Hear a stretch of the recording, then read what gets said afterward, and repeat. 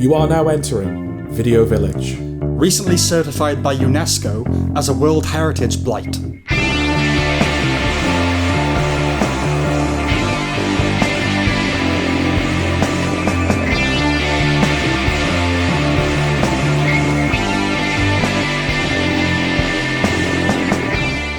Coming up, We review The Miniature Wife, Undertone, Outcome, Jury Duty Presents Company Retreats, Beef Season 2, Psycho Killer, Malcolm in the Middle, Life's Still Unfair, Scrubs Season 10, The Bride, Exit 8, and The Pitt Season 2.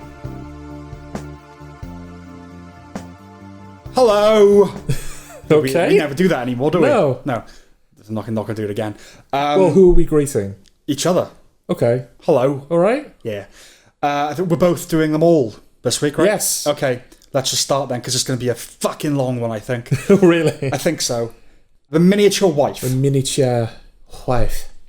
Based on the short story by Manuel Gonzalez? Yeah. Yeah. I don't know. That's what I've written down. It probably is, but it's more significant is what it's based on cinema. The story doesn't matter. Okay. The story itself is drawing on 1,000. Yes, of course. Yeah, yes. yeah. But anyway. Yes. Matthew McFadden plays Les Littlejohn. Yeah. A mad scientist who shrinks his wife, Lindy, played by Elizabeth Banks, to a mere 6 inches, which isn't that meagre. In fact, it's actually pretty standard size. It gets the job done. Yeah. Yeah. Anyway, with this marriage already on the rocks and just 30 days to find a way to reverse the process, it looks like restoring Lindy to her regular size will be no small feat. Yeah, I mean, the show invites all that, doesn't it? Yes. Promistically, there's a new word for us. It's not a word. Okay. This Can you paddles. explain it? Well, like, as concerning a premise. Okay. Premistically. Got it. This paddles... Lexus Center? No, but there is one next episode. Oh, finally! Yeah, bringing it Made back. a whole It's been new- rebuilt now. Yes. The rebuild's over. Because it built a whole new intro that we used like twice. Well, it got burnt down, didn't it? It did get burnt down, yeah. Stick to the bit. Promistically, this paddles in the wake of The Incredible Shrinking Man, which is the apex. Parody of the same, The Incredible Shrinking Woman, The Borrowers, Honey, I Shrunk the Kids, and Fantastic Voyage. In plot and character terms, The War of the Roses, which was remade recently as The Roses. Okay.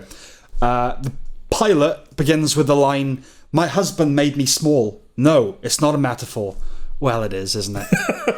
And the show reminds you of that. Her receiving an award years before and talking about her tendency to make herself small. The exterior shots that make buildings look like dollhouses in that Game Night or Hereditary. Yeah, way. there's a specific term for it. I do like that technique. I do like it, but it's being overused. Yeah. And we'll have to find out what that is, because it is an interesting technique. There's definitely some Tom Wamsgans in Matthew McFadden's Les Littlejohn, whose name is surely a gag, ironically. The awkward ego. Yes. Right? He's somehow cornered the market on cuckolded husbands. Both he and Elizabeth Banks just do the job, though he is a more compelling presence. Post-Evil, it's nice to see Asit Manvi, but that's all. It's just seeing him. Yeah. You know? O.T. Fagbenla must be able to cry easily on cue and yearns to display that talent, because it's the second time in a few months that I've seen him get all broken-hearted and tear up over a blonde woman. Is that... All's fair was Oh, yeah, that's her side piece, Yeah. Richard, right? Yeah. I really didn't like him. I hated him. Yeah, there's something about... I mean, it's not a show that conducts itself with any sort of... Seriousness? Yeah, like it builds itself as a comedy, and it's silly in nature in every conceivable... It's a family comedy in the end. But there's just something about him in particular where it feels like he knows he's in a comedy. Yes, it's a very self-conscious, self-aware performance. I didn't get that. I didn't get any of that from Matthew McFadden, especially in the latter half of the season when he's sleep deprived. Yeah. And he's kind of broken down. No, he's doing it right. He's gauged it correctly. Yeah. And Elizabeth Banks, again, like you said, she did the job. It didn't feel like I was being... Like, I don't know whether it's just me or whether these performances have that element built into it, but there was just something condescending I felt about his performance. It's like, I'm trying to make you laugh. This is a funny thing you're watching. I wouldn't say condescending as much as desperate. Yeah. It's like, I'm in a comedy. This is how you behave in a comedy. And I know it's a kind of broad idea. Yeah.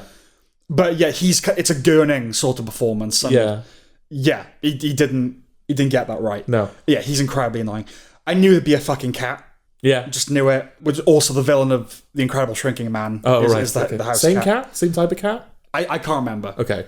It's hard to conceive of a more frightful spectacle. The scale is basically well achieved, which I imagine for you was the point of watching. Yeah. Yeah, kind of the same. Although I was expecting the effects to be a little better, it still had that kind of mid-noughties jank at times, which I thought we were past. Well, obviously there is a throwbackness to it. Yeah, it does feel like a mid-noughties film. It does. Yeah. A film, crucially. Yes. Based on a short story, and somehow they got 10 episodes out of this. Yeah, I mean, like The Hobbit. They do this shit all the time, but it's fine. You can build but it's clearly a film. Yeah. You know? Yeah. They've built many practical big props, okay? Which I appreciate. But that really does have to be the least of it. Yes. You know? It looks ropey when more rapid motion is involved. Clearly green screen, you know. Yeah, there's something as well about like when characters are in the palms of other characters. Yeah. The motion is just too... I don't know whether the motion is just too smooth or whether there's just not enough motion. It doesn't feel like... Is it like that Godzilla thing where they're moving slowly compared to us? No, it's not so much that. It's more like when, say for example, like Lindy walks into Matthew McFadden's hand from a tabletop, and then he carries her across the room. It's just so rigid, the level of which she stays at. Mechanical or robotic. It's like they're filming around the fact that, we're going to have to put an effect in later. It doesn't feel like a natural movement. Right. It should be a bit of shake and I get you. And they sometimes neglect the physics for the sake of a joke. Like, I'm pretty sure getting hit with a charger would kill you. Oh, she should have been dead multiple times. Yeah, Richard should have been dead multiple times. Yeah, Richard's beneath a table. Yeah. A charger falls off it and knocks him and hits him. It's like, that's like a piano fall. Yes. You know? And I don't know how they got a dead bird into his bed, but whatever. Yeah. For the most part, it's a pedestrian production. The show making is plain, with that doo-doo light-hearted comedy score. The writing, notably the exposition, can be very on the nose. So the example I give is, remember Joan Ryan? Oh, my nemesis at MIT. It's like, it's your wife. Like, who talks like that? Yeah. I know it's a commonplace scripting sin, and I understand it's not a point for which they wanted to burn fuel, you know? But well-delivered exposition commands so much more respect, you know? And it's predictable. The penultimate episode is a flashback. That's standard now. Everyone works together in the end. He has to go small. The title ends up being the title of a book. It plays many of the greatest hits of modern TV.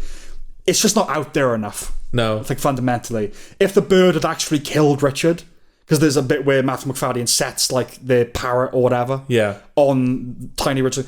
Oh, that got dark. Yeah. You know, it's like, okay, that's something. But no, he survives it. I think that's a problem with the show in general. Is it just seems too afraid to really go there. It's with too anything. safe. Yeah. No one in this show is likable, really. If you break down the characters and what they do and what drives them, like Lindy, you'd think that Lindy would be played as a sort of sympathetic character, but she's plagiarizing her students' work and allowing it to unfold. It is kind of like that the Roses setup where, neither are really likable. It's kind of just about having fun in the dysfunction of their marriage. Yeah. And then the last couple of episodes, it feels like that really, he builds a moat around their bed and she's having to sneak through the house. And even though he's the only one that can make her big again, she's like sabotaging those efforts because she's just doesn't like, they're just not on good terms at the moment. Yeah. And then the resolution of the show is that they're just going to fix their marriage. Yes. Like you're past the point where this marriage can, like, this is a bad thing you're both in. Except in a noughties comedy where like they can try and kill each other, but as like at the end they have to realise they loved each other all along. You know, because they use all the way through the show. They're clearly in like couples therapy because they're using very therapy language. You know, it's like, oh, that's a red light response. My green light response is this. So like from the beginning, it wants you to know that this is not a healthy marriage, and it goes to some very unhealthy places. But it feels like the show never really acknowledges that. I did think, but it's still a modern comedy, as in it's made in the modern world. Like, the resolution here is they have to be apart, but they can be happy for each other, like apart. Like, do you know what I mean? It's very old school to go, well, they're married, so they just got to work through it. Which I'm kind of fine with, but with the way it's depicted, you go, maybe you should get a divorce. Well, especially since like she was being unfaithful and he has lied to her so much, and it's like, what are you saving here? Exactly, really? Yeah, like I say, it's a family affair in the end. They very tenderly flirt with slightly more extreme ideas, but none that come to fruition. Yeah. It's a bickering couple that have to realise they love each other. It's too long, and it did become a chore to get through within the first half, unfortunately. when they played Love Will Tear Us Apart and Friday I'm in Love in the final episodes, I realised how off-board I was, you know. It's not a series, like we said, not the way they've done it anyhow. When or if, big if, I reflect back on the show, I know it will arrange and comport itself as a movie in my mind. Yeah. Because that's what it is, really. It's an easy watch, everyone involved is fine, but it's insubstantial, and the gimmick is insufficiently milked and insufficiently entertaining. Yeah. Yeah. Yeah, I probably wouldn't have finished this were it not for the podcast. Same. Yeah. Yeah. And I hate that title card. I think it was a really naff title I can't card. remember the title card. Well, it was just kind of like, it just shows, like in massive font, the words "the miniature" are just on screen. Right. And then it just hard cuts so the miniature is now at the top of the screen. Right. And the word "wife" is underneath it. Okay. They don't play with scale or anything like that in the title, which they don't need to. No. But it just looks like, oh, you just couldn't fit it all on screen. If you're doing a show where the premise is, oh, you can enlarge and shrink. Yeah. That kind of has to infect Yeah. the design of it, right? To a degree. And like you said, it does in terms of the cinematography, because they do occasionally make big things look small. Yes. But yeah, again, it doesn't fully realise it's... Be the definitive man shrinks his wife movie, or person gets shrunk movie. Yeah. Yeah, okay.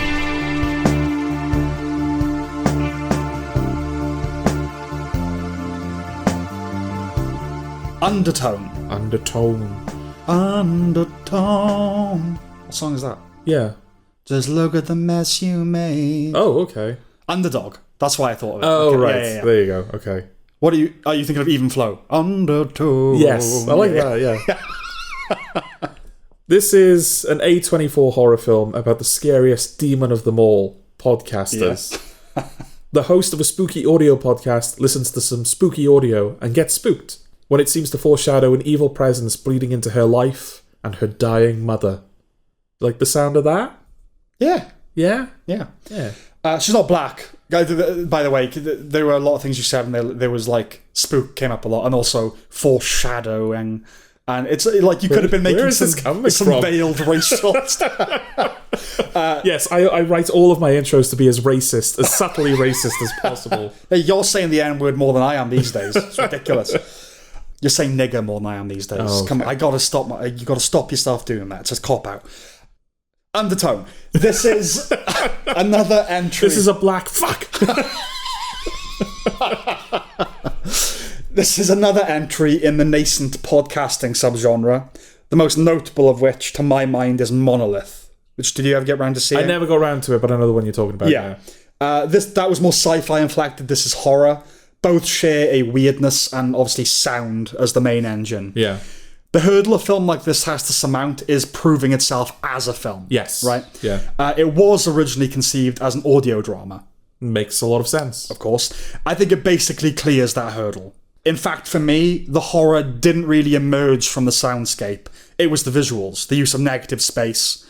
That's interesting, because some of the reviews that I saw earlier today, audience reviews, a lot of them seem to compliment it was the sound that kind of freaked them out. The sound is really good, and there are freaky moments, but I found for me, the fact that the visuals were creepy, like, oh, this is justifying itself. Yeah. You know? Yeah, the camera kind of floating around the room without much purpose. That's the thing. Why are we going over there? Right, I'll get to that, because that's exactly it. But yeah, the anticipation of it, constantly waiting for something to enter the frame. Behind her, for much of the film, there's a door with glass panels. Yes. Like, that's genius, do you know what I mean? It's effective. It has that heightened sense you get when talking about something creepy, you know, where your hackles are raised. Yeah. Trying to scare your mates at like 1 a.m. Yeah, to sleep over. You get heightened. Yeah, you get too far with it, and you're like, oh, now I'm scared. Yeah, exactly. I like the technique of showing her stairs in sync when you hear it in the couple's recording, you know? The mother rising in bed is an eerie moment. And there are times you do see things, little things, lights, what have you. I had to go back a couple of times to check whether it was the paranoia or not. Yeah. The film only has a couple of jump scares, which I forgave. I understand the temptation to stimulate release, don't be filthy. Watching it with subtitles, which I did, does it a disservice in one particular instance. When the girl on the recording starts chanting in her sleep, I instinctively read the subs backwards. Oh, okay. Right? Which come in Ibizu. The characters figure it out soon thereafter. It doesn't derail or spoil anything. But there is some contrivance in drawing things out. Like, they record over multiple nights to get through just 10 files. Amateurs. In the more intense moments, there's an atmospheric hum. One low, prolonged note. An undertone. Maybe it's the kind of thing you tune out, but when audio is the point, you tune into it. I just wonder whether it would have worked without. With a concept like this, I would be tempted to make everything entirely diegetic, you know? Yeah. But we are purist maniacs. A reliable source of intrigue for me is apparently unmotivated camera movement. Okay. Right? Yeah, when it's done artistically.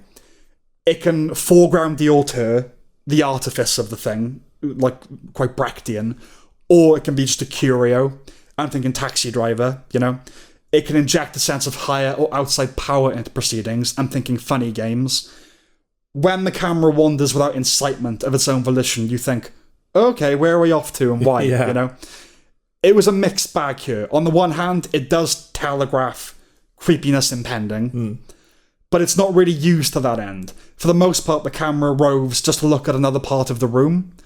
Maybe there was some anxiety about things being too static, but I quite liked it. It added an unease for me, though I concede its imperfection. It's a bit patchwork and unrigorous. I think the most effective one that I remember is... I don't know what audio file they're listening to, but it's close to the end at this point. It's zooming in on the empty door frame behind her. That's a separate thing. But you know, the camera would you'd hear it and it would go over to that part of the living room, and again for no particular reason. And it's the kind of thing they probably decided on the day. You know, I don't know, but it's like, so it is kind of imperfect in that sense. But I liked oh, why are we doing that? What's over there? You know, and I do think the film functions at its peak when the shots are locked off. The composition suggesting presence, searching for movement, slowly zooming in on a seemingly arbitrary focal point. Yes. As we lose her from the frame. But it's a first feature, you know? It doesn't build to a greatly satisfying end. It doesn't pull it all together, and you're left a little confused. Yeah. Even if you get the gist. I kind of get the temptation for your audio-centric horror film to end on a sequence where there are no visuals. Yes. But yes, it did leave me somewhat unsatisfied. Yeah.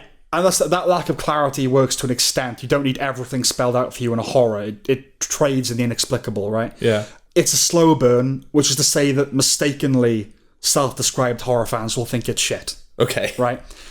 Ian Tuoson, I think that's the director's name, has been picked to direct Paranormal Activity 8. Oh, okay. That has been a dog shit franchise. I know the trajectory is to make a genre indie, then get nabbed by a studio, but I do kind of wish his next thing was another independent feature. That said, if we're going to keep getting Paranormal Activities, it would be nice if they were good. Okay. And that requires revitalization. And on the strength of this, he might be the right man for the job. Okay. Final point. I write thousands of words for each episode, right? So instead of reading through it again and again and playing chicken with self-mutilation, I put it through a text reader. Right. When the dulcet avatar said, "Come in, Abizu," it genuinely gave me a start. Okay. And I almost whipped off my headphones. Do you know what I mean? So that's some testament to a fact, I think. Okay. Because obviously I'd written the quote in earlier, and then all of a sudden this, what's her name? Not Jane. Can't remember her name now. Is this the text, the speech? The speech. Okay. Yeah, I was like, "Come in, Abizu." So it did well. Imperfect, but a solid debut, I would say. Okay.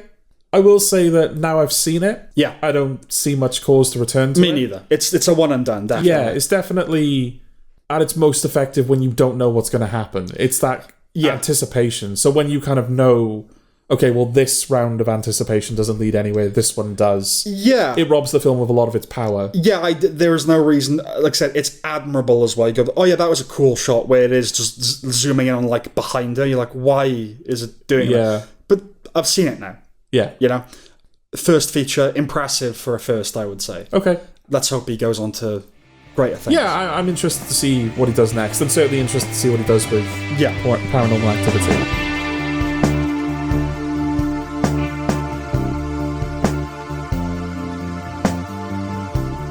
Outcome. Ouch, I say. Keanu Reeves, nicest actor alive, plays the Reef Hawk, an actor desperate to maintain his reputation of nicest actor alive. So when an anonymous blackmailer claims to have an incriminating video of Reef Hawk doing something bad, he makes a point of visiting everyone he's ever wronged to apologise to them. Well, I sat through this film, Keanu Reeves. Where's my apology?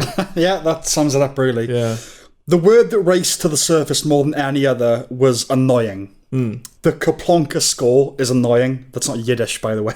Right. It's not another word for the Leicester Centre, is it? No, it's the Kaplonka score. The occasional unnecessary directorial flourishes are annoying. Yeah. The ugly, unreal lighting is annoying. Yeah, I guess this is an example of unmotivated camera movements that don't work to the benefit. No, it's just it's kind of a show off. It's peacocking. Like when Keanu Reeves is going to see... Is he going to see Scorsese at that point? Martin Scorsese's in this. Yeah. I'm sure we'll talk about him in a moment. We will. But yeah, they're like hitting traffic. That's exactly the bit I'm thinking of, yeah. So you're seeing like a wide shot of all of the traffic and the camera zooms right in on the wrong car. Yeah. And then it just zooms over to the right car. There's nothing else like that in the film. It just doesn't have that language. Yeah. So it's like, okay, why? Yeah, exactly. And that the lighting, the way it looks, it's obviously an artistic choice. I say obviously, I imagine it is. But nonetheless, rubbish. It's kind of this fake, almost Hollywood set backdrop, I guess. Yeah. Like painted backdrop. Which I could imagine if you were to speak to Jonah Hill about it. This is written and directed by Jonah Hill. Not his first, right? No, his first film, mid-90s, was a coming-of-age indie shot naturalistically. This isn't. He's not, no. Because I was looking at that when they're outside reefs. It's weird. Keanu Reeves, Reef Hall. Yeah, that's the, I don't know which one to like. Which one's less clunky? It'd be like Cruise Thomas, Yeah. But when they're outside his beach house and you've got the ocean in the background, I was like, that doesn't...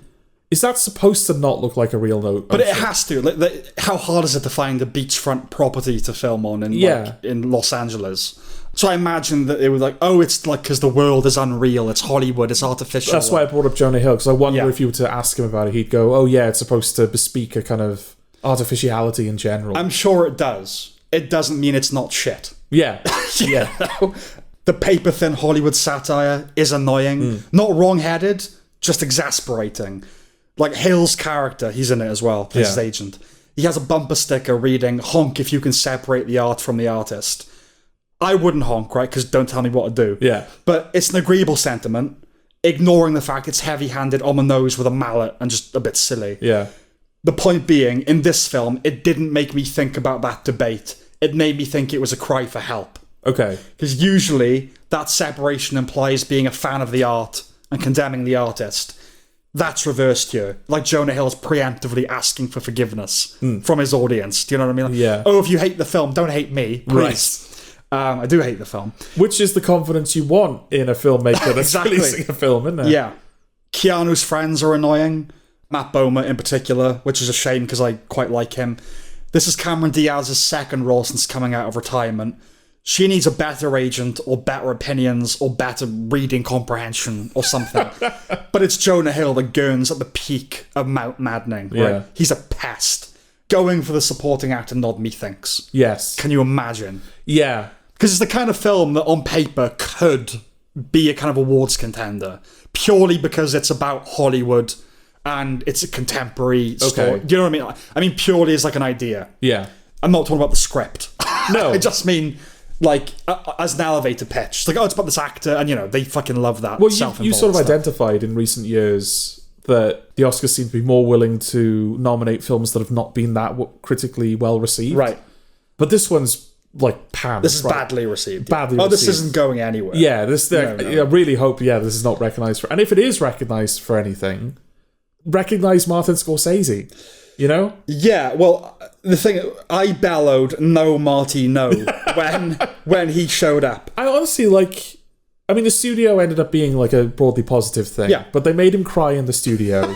He's having to do this shit film for Jonah Hill. Yeah. He's in a Star Wars film. He's probably not having to do it, right? Let's at least... I don't know. Take some comfort in that. Is this I think he's trying to finance his next project? I think he's probably okay financially. Okay. He's filming his next project, isn't he? Yeah, because he did all of this, is it? It's not self-funded, is it, right? No, I'm sure he's done all right. He probably doesn't need to make anything else ever. Right? Yeah. They worked in Wolf of Wall Street. They probably have a friendship. Okay. He did us a favour, right? Hell of a favour. It is hell of a favour. Yeah. I imagine.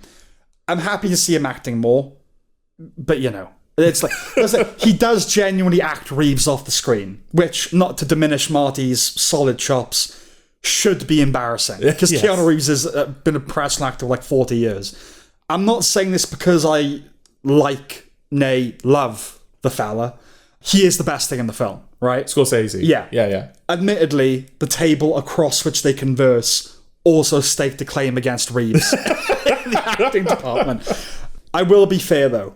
While Keanu Reeves playing a 2-time Oscar winner somewhat snaps credulity, Yes. and the character's arc is not expressed through acting, he comes across the same at the beginning as the end, right?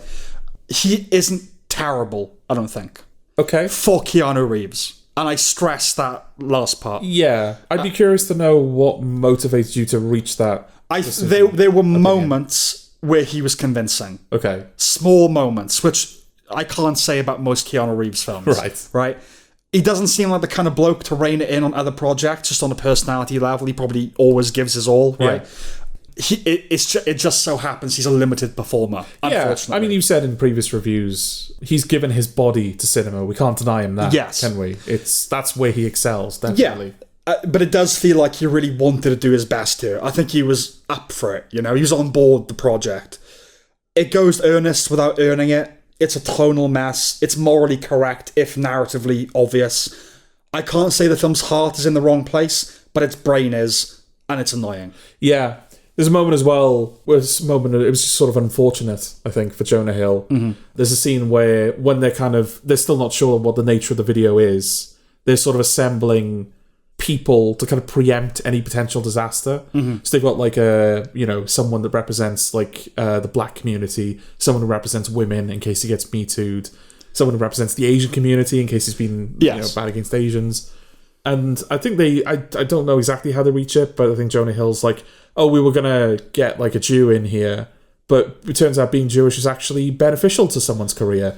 And then it cuts to a close-up of an image of Kanye West that he's got. Sorry, what did you say? Office. Do you say being a Jew is beneficial to one's career? If I did, what I meant was that, to being anti-Semitic. Being anti-Semitic, yes, apologies. And then, yes, it cuts to Kanye West, which is obviously, we're making a point. Kanye West was very recently banned from entering the UK after being booked as a headliner for a music festival because of all the anti-Semitic remarks he's made in the past. Yeah. So no, I get what you're saying. Yeah. But the broader point is true that it doesn't cost really. No, to be that's the thing. There's merit to that point. Yeah. It's just unfortunate that the way they chose to express that has basically, as soon as the film came out, contradicted itself. Like, reality has contradicted it. Yes. No, I get that. That's the shit of production schedule, isn't it? Yeah, of course. Don't watch it. No, it's not a recommendation. It's a comedy that's not funny. It's a film that has nothing to say. It's the headline of an article, Jonah Hill said, we're bringing back comedy to theatres. Like, we're sick of it. Is that what he thinks is happening? Yeah. He's like, we're done with the, I guess, PC bull. I don't know where he stands on all this. But I think he was like, comedy died, and it's time for it to come back. Which obviously, The Naked Gun, I know we didn't love it. But a lot of people said, oh, thank God, comedy back in the cinema. Yes. And doing well financially. I'm up for that, but like, can we get someone else to do it? Yeah. Yeah, I think I've had my Jonah Hill for a while. You're Phil of Hill. Yeah. Yeah. Okay.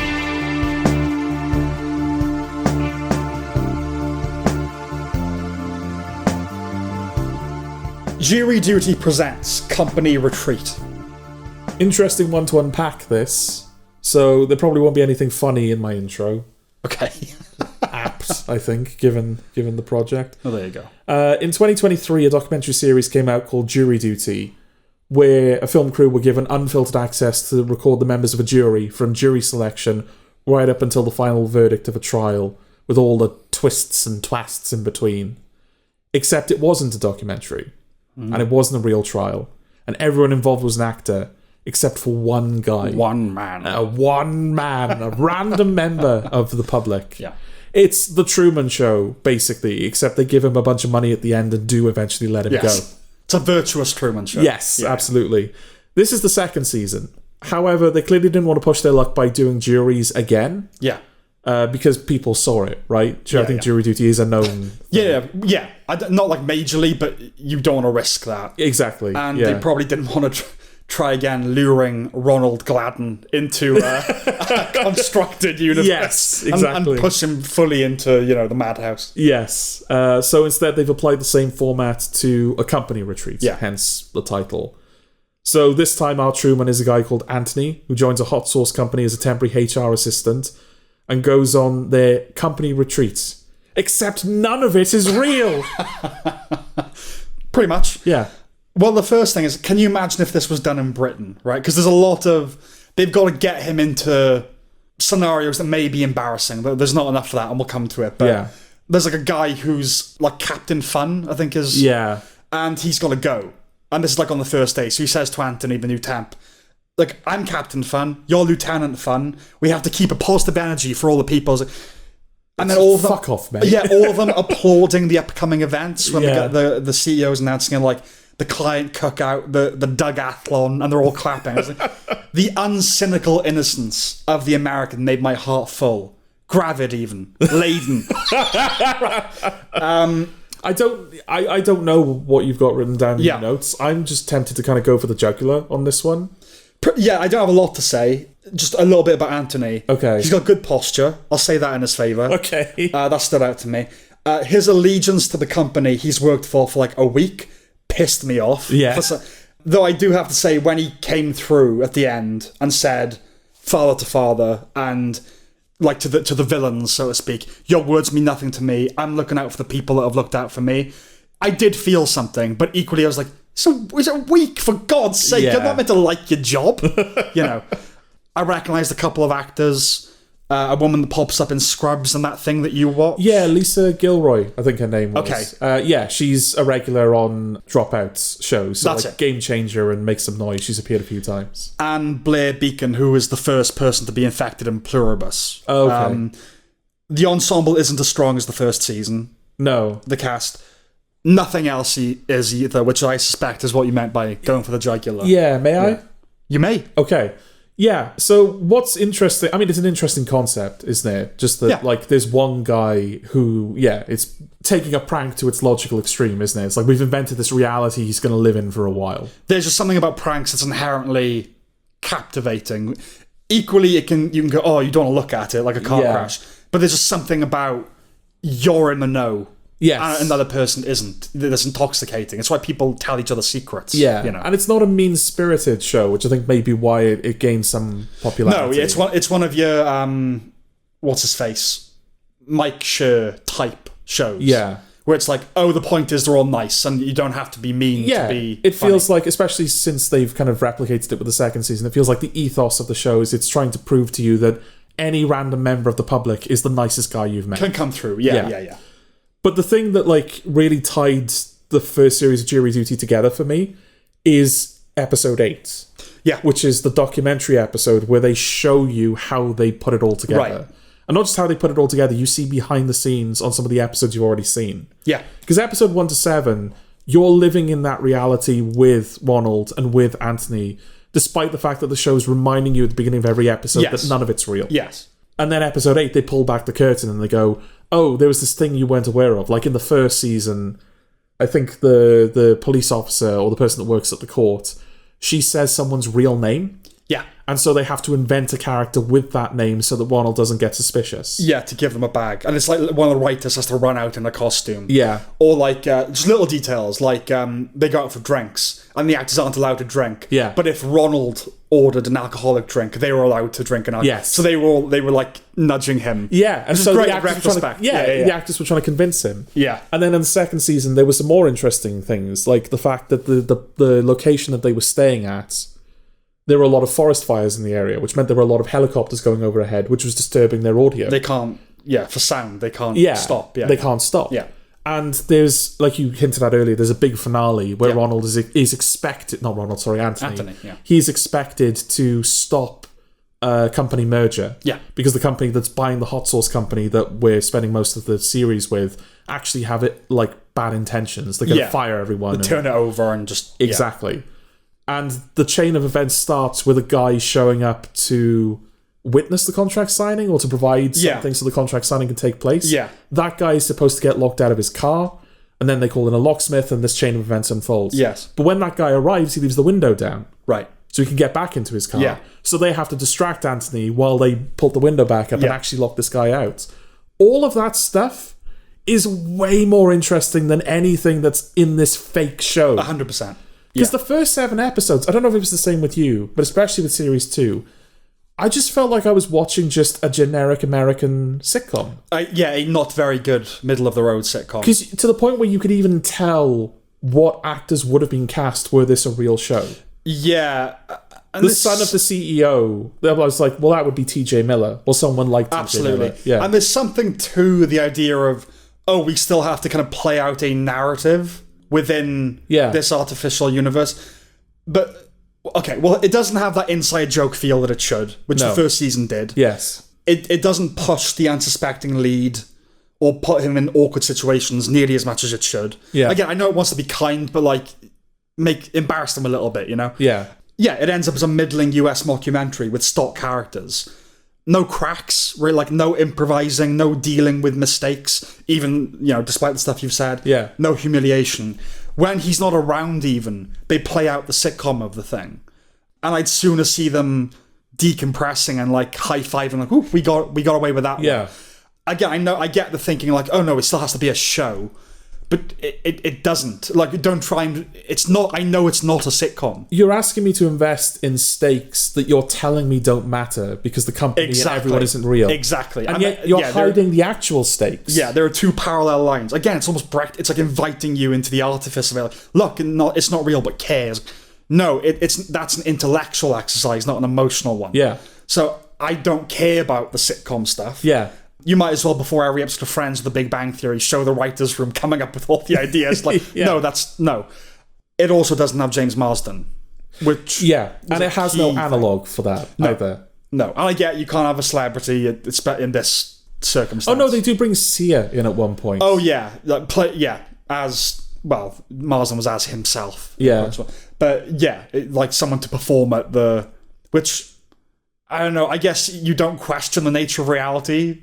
like readily, but if Sia was showing up at that like a hot sauce free, I might go, what? Yeah, because he is by that point saying like this is like a TV show, like every day, right? Yeah, but the show hides that for most of it because I guess it doesn't want the audience watching it to like be deflated, like I want him to be fooled, and he just kind of might be getting the hint, Yeah, they leave it to the end. He's like, I was saying to y'all every day that They're like, yeah, you were, you fucking bastard.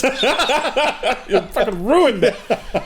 But yeah, that's what was so frustrating about it, is that it felt like it was hiding all of the interesting stuff. Yeah. Like they say again in episode 8, in the documentary episodes, that the ambition of this and the scale in which they were working is like 3 times larger than the first series. Because the first series was like 3 rooms. Yeah. Whereas this, it was like a whole resort, like a compound. A compound that they had to control. And all of that was wasted on me. Yeah, it's definitely impressive, right? It's like a musical with all the choreography. Yeah. And it's admirable. Yeah. It does not necessarily make for a fun or a good show. No. The work that people behind the scenes put in is to be commended, not automatically enjoyed as a result. Yeah. They're 2 very different things. Like, I can't care whether the director went broke bankrolling his folly. Yeah. I can't care about that. I just have to like the film. Yeah. Megalopolis, great. Francis Ford Coppola sold his vineyards. It's a shit film. Yes. Unfortunately, it can't affect your opinion. Talk about separating the art from the artist. Yeah. So, no, unfortunately, it is a letdown because we did really like the first season. Definitely. There was also just like, again, in that 8th episode, when they sat down after it's been revealed to him and they have one final group interview where, he gets to say like, oh, I suspected the whole time and it was all weird and everything like that. There's like a guy sitting in front of him, like a black guy. Oh, yeah. And I was like, I haven't seen him before. Yeah. And then I went back, I was scrolling back through the episodes, looking at all of like the group shots where you can see everyone, and he's not in any of them. Oh, right, okay. And I was like, I know this is a weird question given the nature of the show, but is this show gaslighting me? So I thought that's a really interesting layer if the idea is that the show is presenting this false reality, but then this stuff it deliberately isn't revealing to you so that you're also being like, hang on, where's this coming from? Yeah. But no, it turns out that in the first episode, this guy is introduced, I think he's like, I can't remember the name they give him, but he's like sales and marketing. Okay. And he's just not in the show. Do you think the actor just didn't work out? No, I think like he's in it. I think what happened is they probably... I've seen speculation online, which I kind of agree with, where he was supposed to be the normal guy to help sell this as a real company. Yeah. And so there was none of his material was worth using. Okay. Yeah, that's kind of what I meant. Not that the actor was bad, so they had to... Yeah. But just like, this doesn't fit. Like, we envisaged a certain thing, and when you get to actually filming it, something might emerge more, and at a certain point, all your plans can go awry. You've got to roll with whatever's happening, right? So they've ended up cutting out the guy that was probably too real and not funny enough. Yeah. Whereas one of the big problems I had with it as well, outside of what we've already discussed, is that if you're going to make me live in this false reality, then it must at least feel authentic. And it never did to me. No, it feels like a mockumentary. Yeah, stock characters, all that kind of stuff. But there was something else that was bugging me. I was like, what is it? Why doesn't this feel real? And I think it's because no one laughs. Right. Funny things are happening all the time. No one's laughing. I've often commended Sharon Horgan for this. Okay. For some reason, she is the exemplar of it. Because it's so uncommon. When something funny is said, the person laughs. Yeah. Because in real life, you laugh all the time. Yeah, and people say funny things to each other and laugh. And I get, like, comedies. I get the thinking. And there's some comedies where it wouldn't work, right? You can't have them laughing at everything. Yeah. But if you're doing, like, a really real, grounded comedy... Yeah, if someone makes a joke, laugh. Yeah. Like, yes, absolutely. Especially since it was revealed in the final episodes that, like, the actors were saying, because they have, like, guest speakers coming in, of which Lisa Gilroy is one. And we're seeing some of the actors stifling their laughter. And they say, oh, we were told not to laugh. I guess so that, like, it gives room for Anthony to laugh. Yeah. Or to believe in it, or whatever.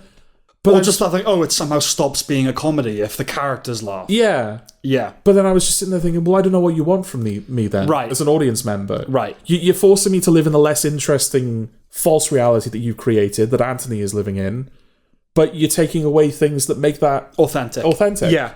Yeah, good point. Yeah, no, it was a bit of a failure. Yeah. Failure this season. I don't know if they're going to do another one. If they do, because I don't know where you can go from here, because you need to... The benefit of, like, doing a jury is that it's a very, like, insular thing. You can control the environment. Where you can control the environment, especially since that jury ends up being sequestered because of James Marsden's antics. Yes. It basically kidnapped this guy for multiple months, keeping him in, like, a hotel. He couldn't speak to his family or use his phone or anything. But it also has, like, tangible stakes that matter. Will this guy be found guilty or not? The company retreat, I guess the stakes were, will this company that isn't real survive? Yeah. And all these people that don't have jobs lose those jobs? Yeah. But, yeah, I guess the thing of jury duty is, we need to find insular scenarios we can trap a person in. And I don't know where you go outside of a company retreat or a jury. Yeah, it probably will be another... They'll have to sit down and think about it. I just don't remember the first season. They were funny characters, but I remember them just being people. Yeah. And yeah, the second season, like you said, it's the son that's a bit of a fuck up. Yeah. But now has to inherit the company. It's the inappropriate guy that's now trying very hard to be PC. Yeah. It's kind of... It's characters. Yeah. You know? The IT girl who's basically a vampire. She can't, like, be in the sun. Yeah, golf. Yeah. So they need to go back closer to reality, and they don't need to go bigger necessarily. They have to go better. Yes. Yeah. I think that's enough, right? Yeah, so unfortunately not a recommendation, but I'd still recommend the first series. Absolutely. Of which this is basically unconnected. No, I think he sat down with Ronald after the fact. They had like a coffee together or something. But yeah. Okay.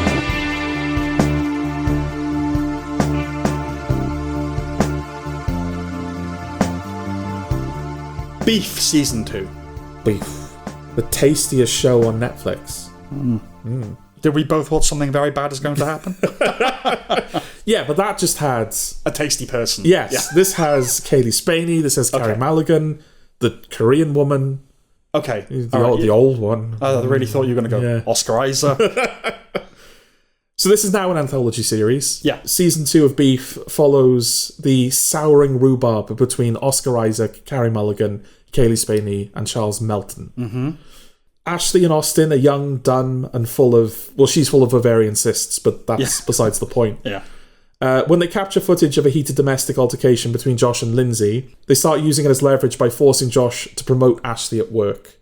But as Josh and Lindsay consider how they can use this to their advantage, a greater conspiracy starts unhinging its jaw and threatening to swallow them all whole. To swallow the beef. Okay, so the season orbits 4 talented actors. Yes. The couples are believable. I was initially tempted to say especially Isaac and Mulligan, both of whom are very good. But I don't think that's true. It's just that they're an older couple, which carries more gravitas, I think. There's a Mortal Niggle in the fact that Mulligan is one of the seniors now. Will be dead soon. Yeah. I was thinking back to whenever she was on screen with Kaylee Spaney. Yeah. And you got the comparison of youth. Yeah. I was thinking back to her in Blink. Yeah, yeah. And Doctor Who was like, oh yeah, you used to be that. An Education, which was like, and even now, she's not like she's aged badly. No. But like An Education, which is like an ingenue story. Yeah. And we were like a year or two younger than her, that character at the time. So yeah, their scenes, Isaac and Mulligan, reminded me for obvious reasons of scenes from A Marriage, which also starred Isaac and could function as an alternate title for their half of the show. Charles Melton and Kaylee Spaney are totally convincing in their own way.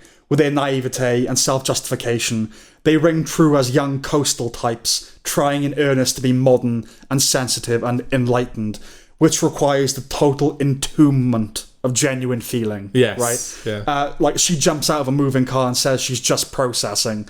It's almost Fargo-esque in that respect, waiting for the gasket to blow, you know? What makes beef beef? That is the question at the heart of this, isn't it? Because I was thinking about this, like... So it's not... Because both seasons have a Korean component to it. But it's not a Korean show, is it? No. A Korean component, and there's a feud, obviously. A petty one, or at least it starts as a petty one. An accelerating, building rivalry. Because I was thinking, like... Take The Girlfriend from... Was it last year, The Girlfriend? With... Yeah, it was like... That could be a season of beef. Right? Sure. I mean, 7 could be a season of beef. If you extrapolate. It does seem like a very broad concept. To the point where I was wondering, like, has the second season been done a disservice by being called Beef Season 2? Rather than just being a different show entirely? Thing. Well, yeah, it's pretty tenuous to unite under one banner. But really, I guess, what makes it of a piece is creator Lee Sung-jin, his voice, right? Okay. I barely remember the first season, but I think they match tonally.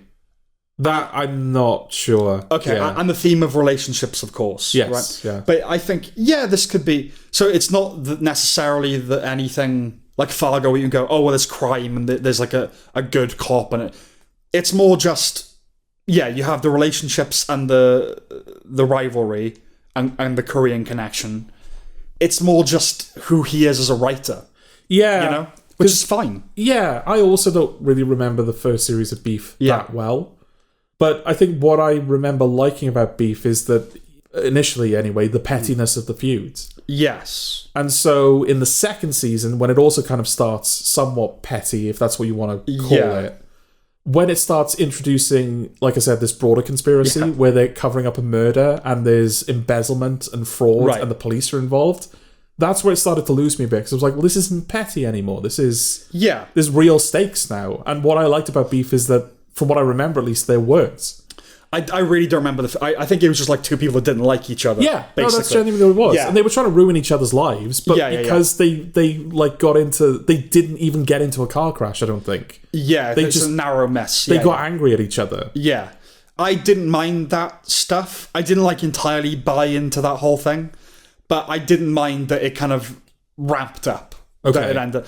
I mean, we got to see the father from Parasite again. Let's say regarding Korea, it boasts Song Kang-ho and Yoon Ye-jung in supporting roles, two of the more famous performers from that peninsula. She was the grandmother in Minari, won the Oscar for Minari. Oh, okay. All right, yeah. As well as cameos from the likes of Michael Phelps, Phineas O'Connell and Benny Blanco, which feel a little forced, but it does make sense the country club would have famous members. The band Hot Chip? Hot Chip are in it, yeah.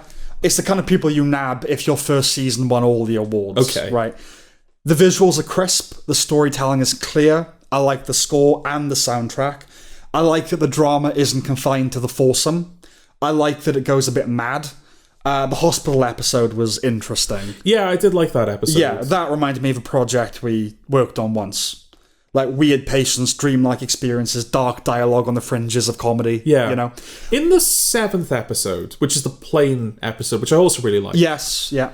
Yeah, that kind of comes to a head because there's a moment where the two couples somewhat fracture and they end up making friends with their counterpart in the other couple. Yes. So Lindsay and Ashley and Austin and Josh, right? I think so. Yeah, they end up kind of becoming friends because they're trying to get one over on the other. It's all, the shifting dynamics between the four which again is kind of interesting. I like that they did that. Yeah. But Lindsay finds out that Ashley has done something rather unforgivable and they all start to kind of have a go at each other and everything. But in that episode, there's a moment where Ashley is given a tray of desserts by one of the air stewardesses and she says, oh, actually, I asked for just a cookie. Can you give me a cookie? Right. And the stewardess is like, yes, that's fine. And then she keeps asking her back with like new conditions. Right. Every shot, I don't know if I was mad or not, but every shot, that same air stewardess is being played by a different actress. Oh, really? Okay. And I think one of them is even Kaylee Spaney. Oh, I have no idea. And I was like, I missed that. Has the show been doing this all this time and I've only just noticed it? Because it seems like such a strange thing to do for one actually, you say that. Yeah, that weirdly rings a bell, actually. Yeah. Maybe. She's not like drunk on the plane or something, or drugged or something? Not at that point, no. No. She's a bit kind of hyped up. Yeah, unhinged. Maybe it's just that. But yeah, it's... a weird little detail. Yeah, I was like, hang on, has this always been happening? Yeah.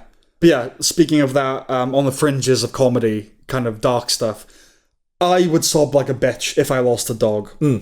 But when Carrie Mulligan was crying and said, go away, it's not yours, as she punted the new dog away, I laughed out loud. I thought she was perfect in that. Right. Little dog trying to like, go away, it's not yours, and she just pushes this puppy away. I liked it. Okay. I did leave with one question, I suppose. Not to do with the show necessarily. I know that roms and coms and rom-coms feature attractive people. Yes. We want to look at attractive people. I just wonder whether Americans in particular would stand for any of this if they weren't. Okay. Right? At the end of the season when Melton tells Spaney, you don't want me, you just don't want me, you just don't want to be left by me. I thought, yeah, this would not be permitted with ugly people. In the UK even, we have a higher tolerance for uncomely sorts in our fiction. Just look at our soaps next to the Yanks, right? Yeah. But something with romance at its core, average Joes and plain Janes, maybe. But uggos, that feels like a tough sell. Whenever you see such a thing depicted, it tends to be as a joke, right? Yeah. So just the stakes and the way they talk to each other and you're meant to care about. If they're ugly, this wouldn't wash. Yeah.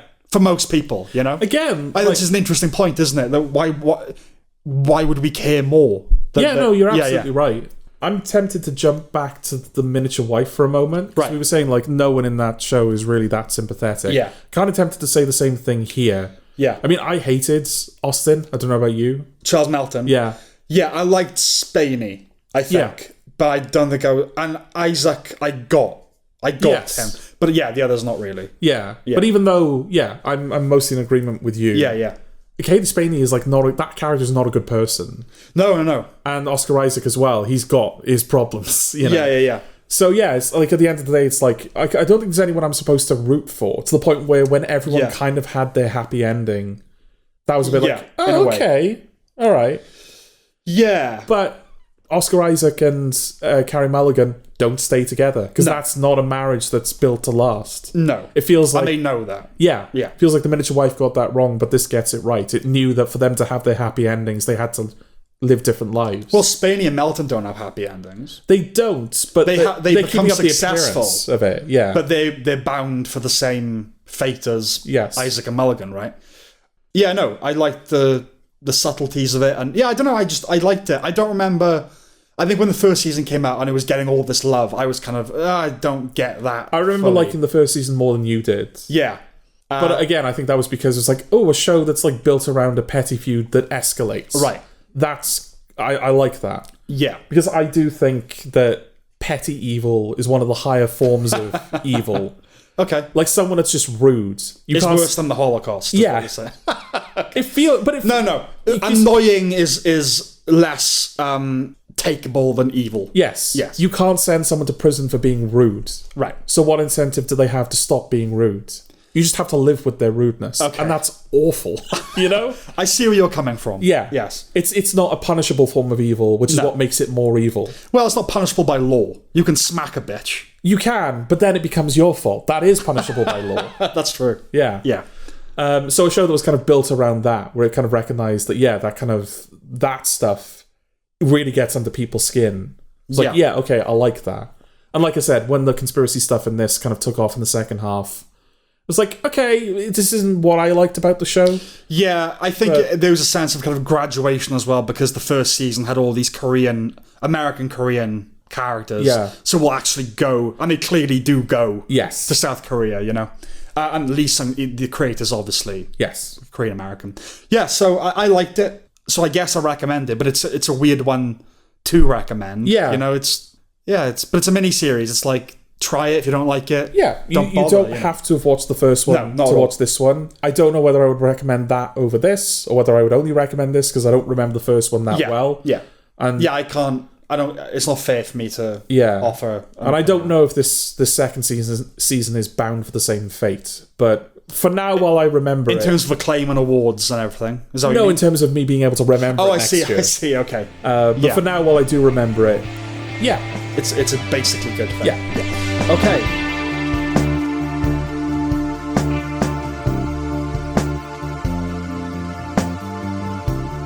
Psycho Killer. Qu'est-ce que c'est? There you go. Run away. From Psycho Killer? Is that where it was going? Yeah. This film's shit, innit? That'll do. No, go on. There's a psycho killer. He's killing Psycho Lee. Georgina Campbell, is that her name? Georgina Campbell. She plays the cop trying to catch him. There's really that really is it. Not much to it, yeah. This has been in a kind of development hell since 2007, which is fitting in many ways. At one point, Fred Durst was signed on to direct. Direct? I thought he was just in it. No. Because there was a part of me that was like, seeing him as like a serial killer would be interesting. But direct? To direct it, to be the visionary. Okay. It comes to us from writer Andrew Kevin Walker, scribe of The Killer, but crucially, Seven. Yeah. He's pals with Fincher, basically. Yeah, we watched Seven last week, and we're reminded of just how masterful that film is. No, that was one that I definitely needed a refresher on. It's sort of like lived in my like top films list for a while. Yeah, but to go back to it was like, oh no, this is really... Yeah, that's the great thing about old. I'm finding it with music because I am currently listening to every album. Yes. It's... you do it to yourself. When you get to, say, a Radiohead album, you really appreciate it. Okay. Like, oh yeah, no, I liked Radiohead, now I really like them. Okay. You need the context of everything else, you know? Which is annoying, because it means you can't just watch a thing once necessarily, or listen to a thing once. But yes, if Andrew Kevin Walker has a film out called Psycho Killer, it's liable to spark interest, right? The satanic slasher is a truly rubbish moniker. Yes. As opposed to angelic slasher. You put the hunting ground before slasher, right? That's why there's so many of them. The Minnesota slasher, Alternately, you might come up with something original. Admittedly, news media wouldn't feel that obligation. I originally wrote the papers wouldn't, and if not already, that's going to be a stark portrayal of age, isn't it? Georgina Campbell is perfectly fine. She emerges unscathed, I would say. Okay. You know, Malcolm McDowell has become a mark of death in film. Oh dear. His character espousing the virtues of His Infernal Majesty on the radio elicited an audible nah from me. The killer is garbage. He butchers people and scrawls Hail Satan and sinister symbols on the walls in blood. There's a black metal band involved. It's unfathomable how consistently on that level the film operates, you know? From the off, they suspect the identity of the Slayer, and, well, they're right. He uses his real name to sign for a motel room. Yeah, that's ridiculous. Yeah. He speaks with corny vocal effects. There's a scene with a psychiatrist who just trots out a stream of cookie-cutter therapy platitudes, incidentally just explaining the character's issues at her. Yes. Which is the opposite of what they do. There's an awful massacre set piece. The footage sped up and down, boasting digital injury, and I don't mean he cuts their fingers off. The finale involves a bulletproof window that precludes intervention, so she shoots through it. The ending is fucking stupid, teasing the possibility of a sequel. God forbid. It's like it was written by a teenager. There's probably room for something that goes full boar or full goat with the Satan acolyte thing. No beating around the bush, just attacking and unpacking those tropes. Turn it inside out, make the definitive devil worshipper serial killer movie. It was like an element of long legs, but it wasn't absolute, you know? Yeah. It's not entertainingly bad, as is implied by the single-digit approval rating on Rotten Tomatoes, with their joke consensus. Though sometimes laughable, it's mostly hackneyed and dull. It's terrible. Yeah, I'm actually surprised that its Rotten Tomatoes score is so low. Yeah. Not because I don't agree with it. Yeah. But because this is a somewhat handsome-looking film. At least in terms of its... It's a competent film. Yeah, it doesn't have, like, amazing cinematography, but it clearly, but there was a budget behind its cameras. It's clearly professionally made. Yeah. Like, if not on the highest levels, but on a professional level.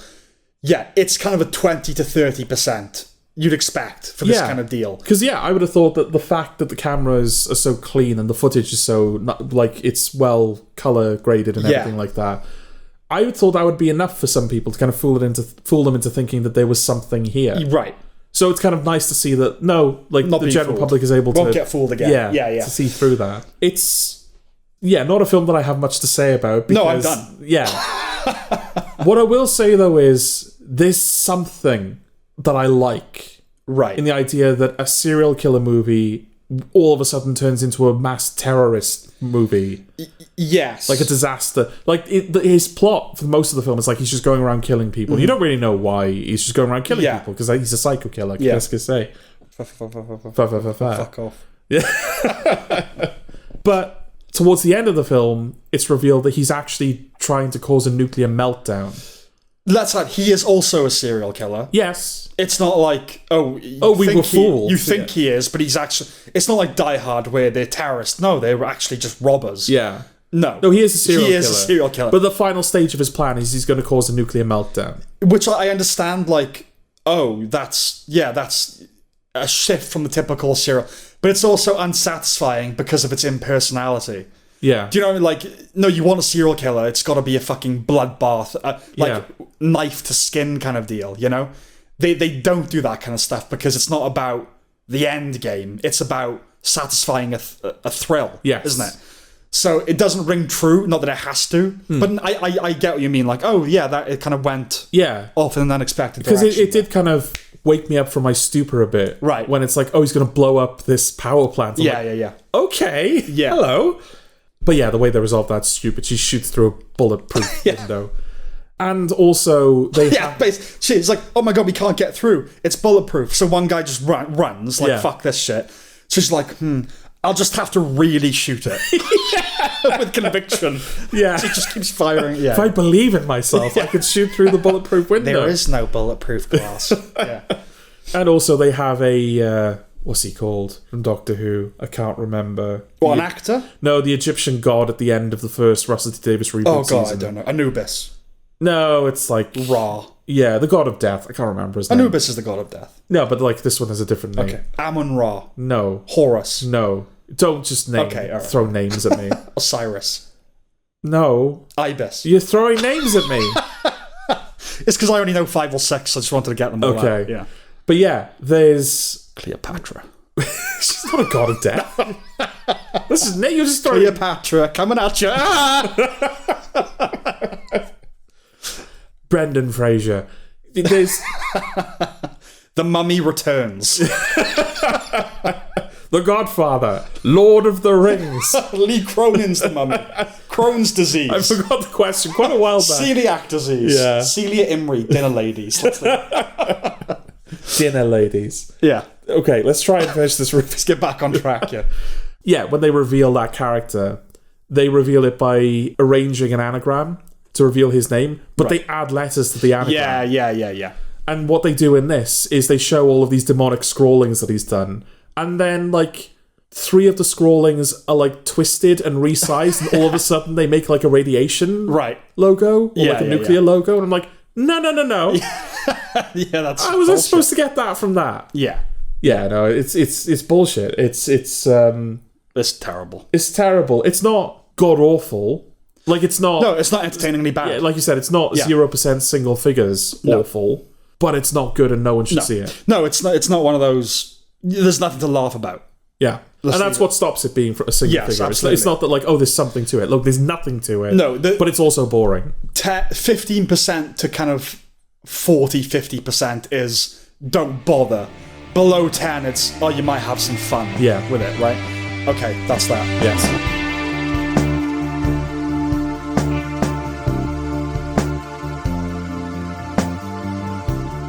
Malcolm in the Middle. Life's still unfair.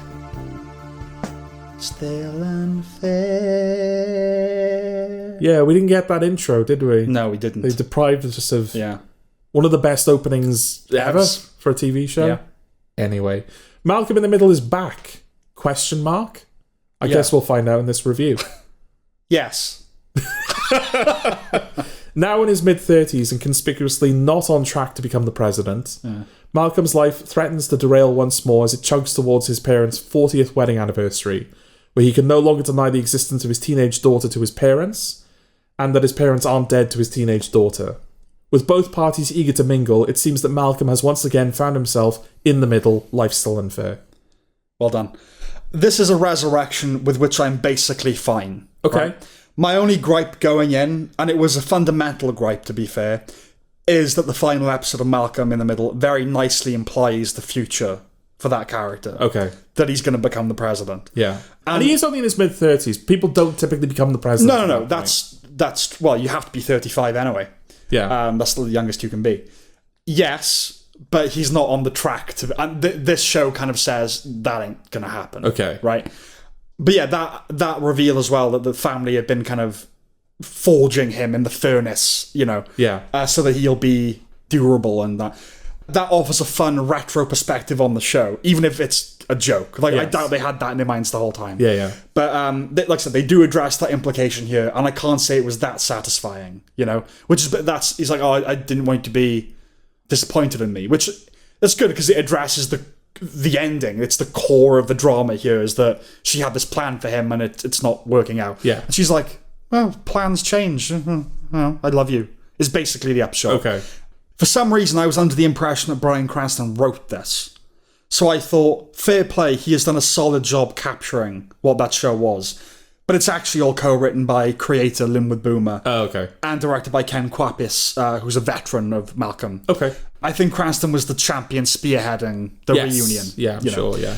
It basically looks and feels the part, though I wish they'd have stuck with the original theme song. Yes. Effortlessly, it seems Bryan Cranston is once again Hal. Jane Kaczmarek is once again Lois. Eric Purcell has been replaced by a lookalike as Dewey, who's barely in it anyway. Otherwise, the return to role success is ubiquitous, I would say. Malcolm and Reese still feel young. Francis has aged well. I'd argue that his is the most natural slippage. Yeah, he still looked... Reese, it took me a moment to recalibrate, because he doesn't look how I expected him to. Yeah. But Francis, I was like, yeah, that's Francis. That's exactly, He's aged very well. A party is a good reason to have all the characters gather, even if it's contrived. It's an acceptable contrivance. That final episode really is a roll call of familiar faces. Yeah. Oh, and Finn Wolfhard. Yeah. What's going on there? No idea. Is he just a fan of the show and just I was thinking that, yeah. I can live with Stevie being gay, not the ear stretches. Okay. That was a step too far.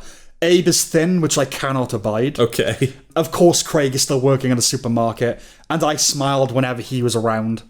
There were plenty of reappearances I didn't expect. Richie was like the stoner burnout guy. Right. Francis's military school chums, the Kralboynes. Seeing them was the biggest blow to the system. Okay. The kid, Malcolm's classmates when he was in the genius class. Okay. Malcolm's daughter is a nice addition. I like that he's pathetic before her too. She's cooler than him. Yeah, not in a way where it felt like... No, not forced. Yeah. Yeah. And not in that modern way of like, oh, we're putting the putting the man down. Not at all, no. Because we want her to be the hero going forward. So I think Malcolm is a genius, but he's so insecure. Yes. That he is, he's pathetic, and he fails all the time in front of people. Yeah. And he has passed some of that on to his daughter as well, Yes. because she's sort of an outcast in her own way. And she also breaks the fourth wall, which is interesting. Yeah, it's like it's hereditary, that kind of, even though Hal and Lois don't. God, can you imagine Hal breaking his sister, not less so because the actress is good enough, but they do the non-binary thing, right? Come on, man. Yeah, I did want to talk about this. Yeah. Because obviously this has been like a thing of contention online. You got some people going, well, Malcolm in the Middle was always woke. No. And then you got other people going, God, what I really love is being lectured to by a character that wasn't here before. Right. The whole show stops so I can, have to put up with this character. But the thing that I resent about it, and this is kind of demonstrated in Life is Still Unfair, is that wasn't the thing at the end of Malcolm. It's interesting because Malcolm in the Middle is a show that I really like when I'm watching it. Right. And then when I stop watching it, I never think about it again. You just forget it. You don't dislike it. No. You just, it goes away. I haven't finished it.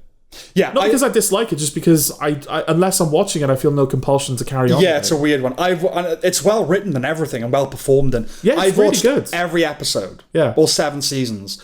But yeah, my memory of it, I can't bring 7 seasons worth of Married to Mine.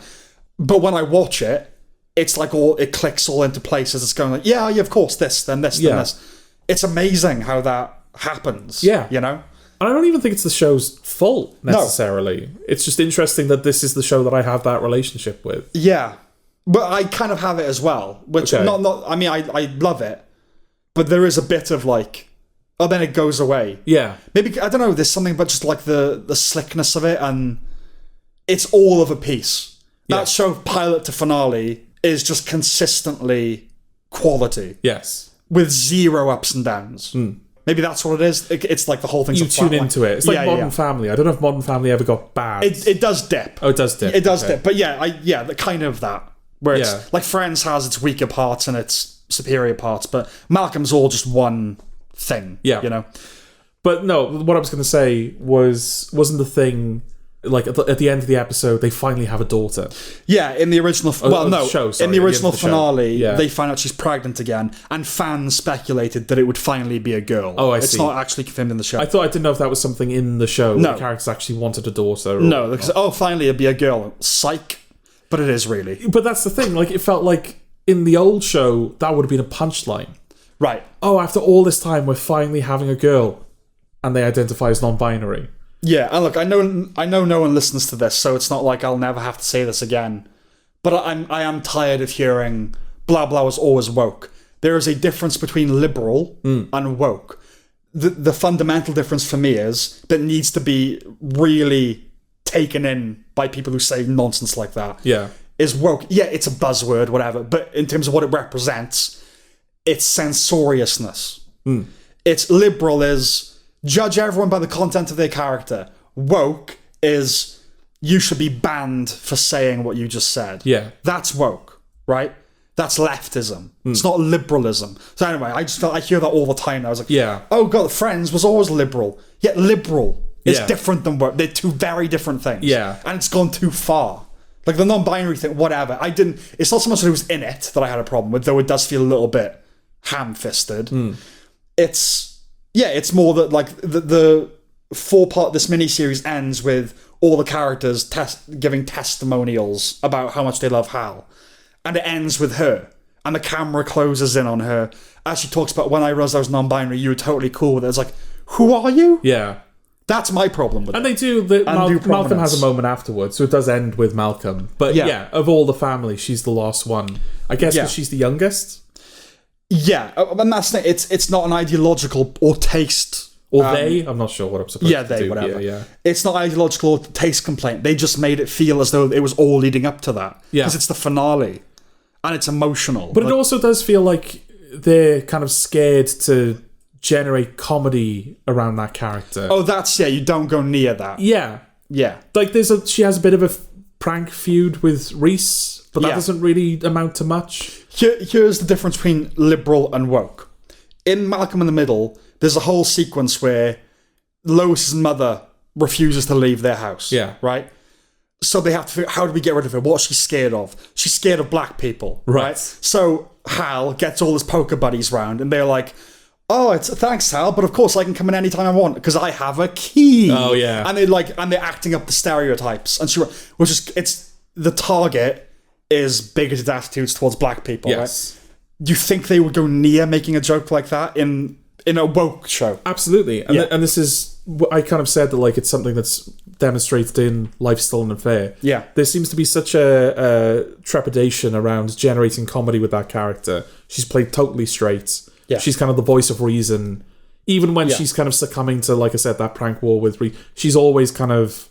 They're playing that character very seriously. Well, dealing with that stuff in any kind of funny way is outside the Overton window. Ah, okay. Yeah, so, all right. yeah, Said the word. It's just show me a Bill Maher thing. Yeah, but Bill Maher was like, I don't want to know what that is. I don't even want to know what that means. Yeah, fuck you. Yeah. But Stevie, a legacy character Yeah. who has been the engine of comedy many times before. Yes. And is an engine his disability. Yes. Yeah. There's a whole sequence when they're at the party in the final episode where his parents are divorced and they don't want to talk to each other, so they're asking Stevie to say something on their behalf. Right. And he's taking ages to do it. Yeah. To the point where it's winding up his husband. Yeah.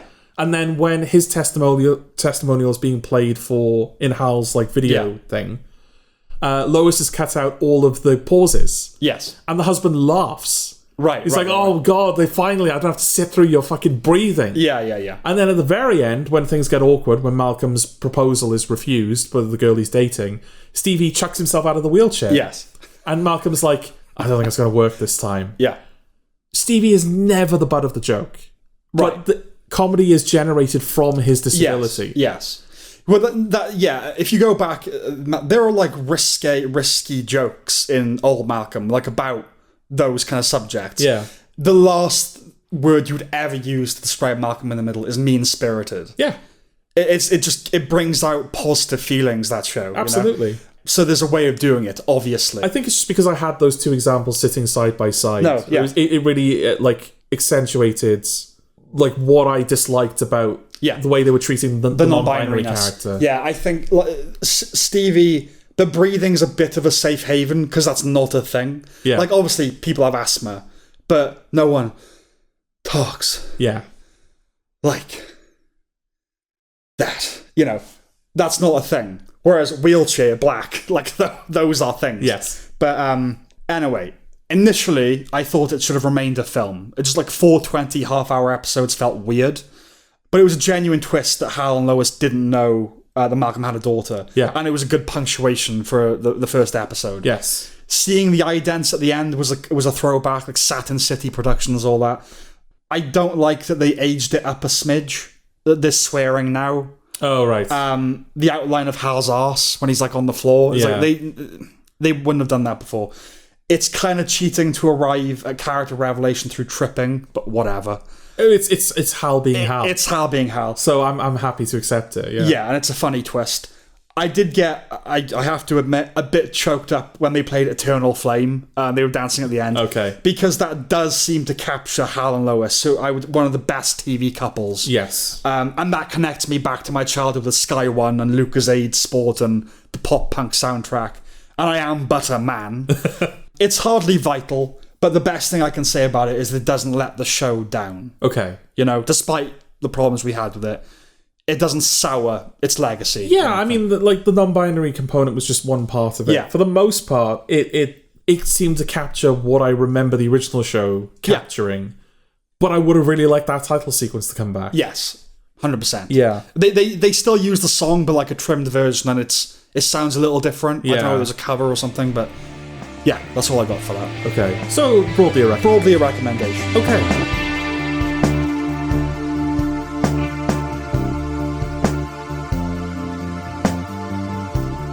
Talking of revivals of old comedies, Scrubs season 10. Scrubs is back? ? Yeah. I guess we'll find out in this review. Yes. Yes. After many years, JD returns to Sacred Heart Hospital. He only went in to keep an eye on a patient he was providing private care for, and he ended up coming out as the chief of medicine. Bloody hell. Clumsy sod.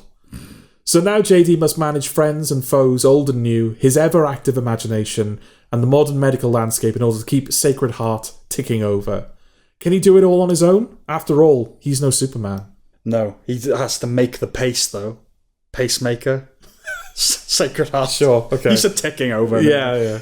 I'm no Superman. Bill Lawrence is on a production role. People love Ted Lasso, obviously, and Bad Monkey did it right. Oh, that was him, was it? Ted Lasso's him, yeah. Oh, okay. At least he created it. I don't know how involved, but I think it was like his show. Okay. But he's had seasons of 3 different shows airing simultaneously. This, Rooster, and Shrinking. They're all Bill Lawrence shows. Okay. All of which are, we might as well say it out the gate, good. He is the Christ to Ryan Murphy's auntie. Yeah, at what point... Scrubs is a show I've got a bit more of a relationship with. Because Scrubs was part of the wallpaper of my youth. It was constantly in syndication.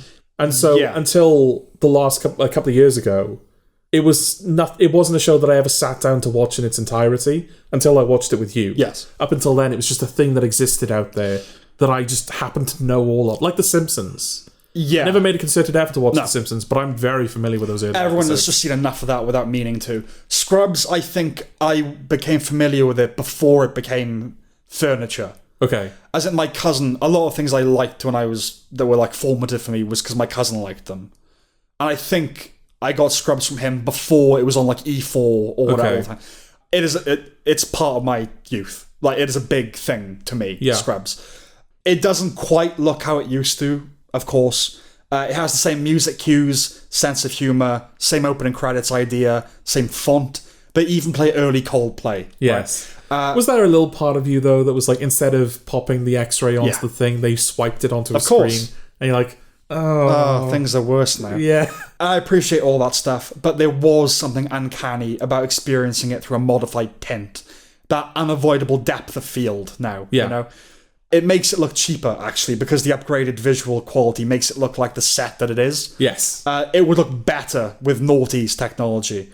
The alternative is that rising tide that sinks old boats, you know? But I settled into it. Yeah, at what point did you kind of realise, oh, okay, this is Scrubs again? I don't know if I go that far. Okay. Right? Where I'm saying, oh yeah, it's just Scrubs. I don't think it is. But whether it's just a good show and a worthy successor or continuation, whatever. The second episode, I locked into it. Okay. And the fourth, it's like, oh yeah, this is good. This is funny. Right. And good. Okay. It came very early for me, which was nice. It was basically the moment where JD first walks into the hospital again. Right. And he sees Carla, and she's like, does Turk know you're here? And it cuts to Turk in surgery, because he's now head of surgery. Yes. And he just kind of detects in the ether, he goes, JD's here. Yes. And he just rushes out to meet him. And I was like, oh, okay.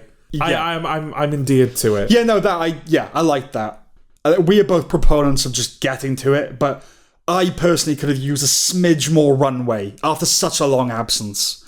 And for a show for which I have great affection. We do just start again. Yes. There's no kind of... I don't know. I felt I needed a little bit more runway. You think back to that pilot episode, though, because we watched... Oh, the pilot, yeah. we watched the Scrubs pilot. We watched a few pilots, because we were like working on a script at the time. Yeah, sitcom pilot. Yeah, which I think has kind of evolved into something else now. But yeah, we were just kind of trying to get the sense of pilots, because we were writing one. And that pilot just fucking goes for it. The Scrubs pilot is incredibly well written. Yeah. Yeah.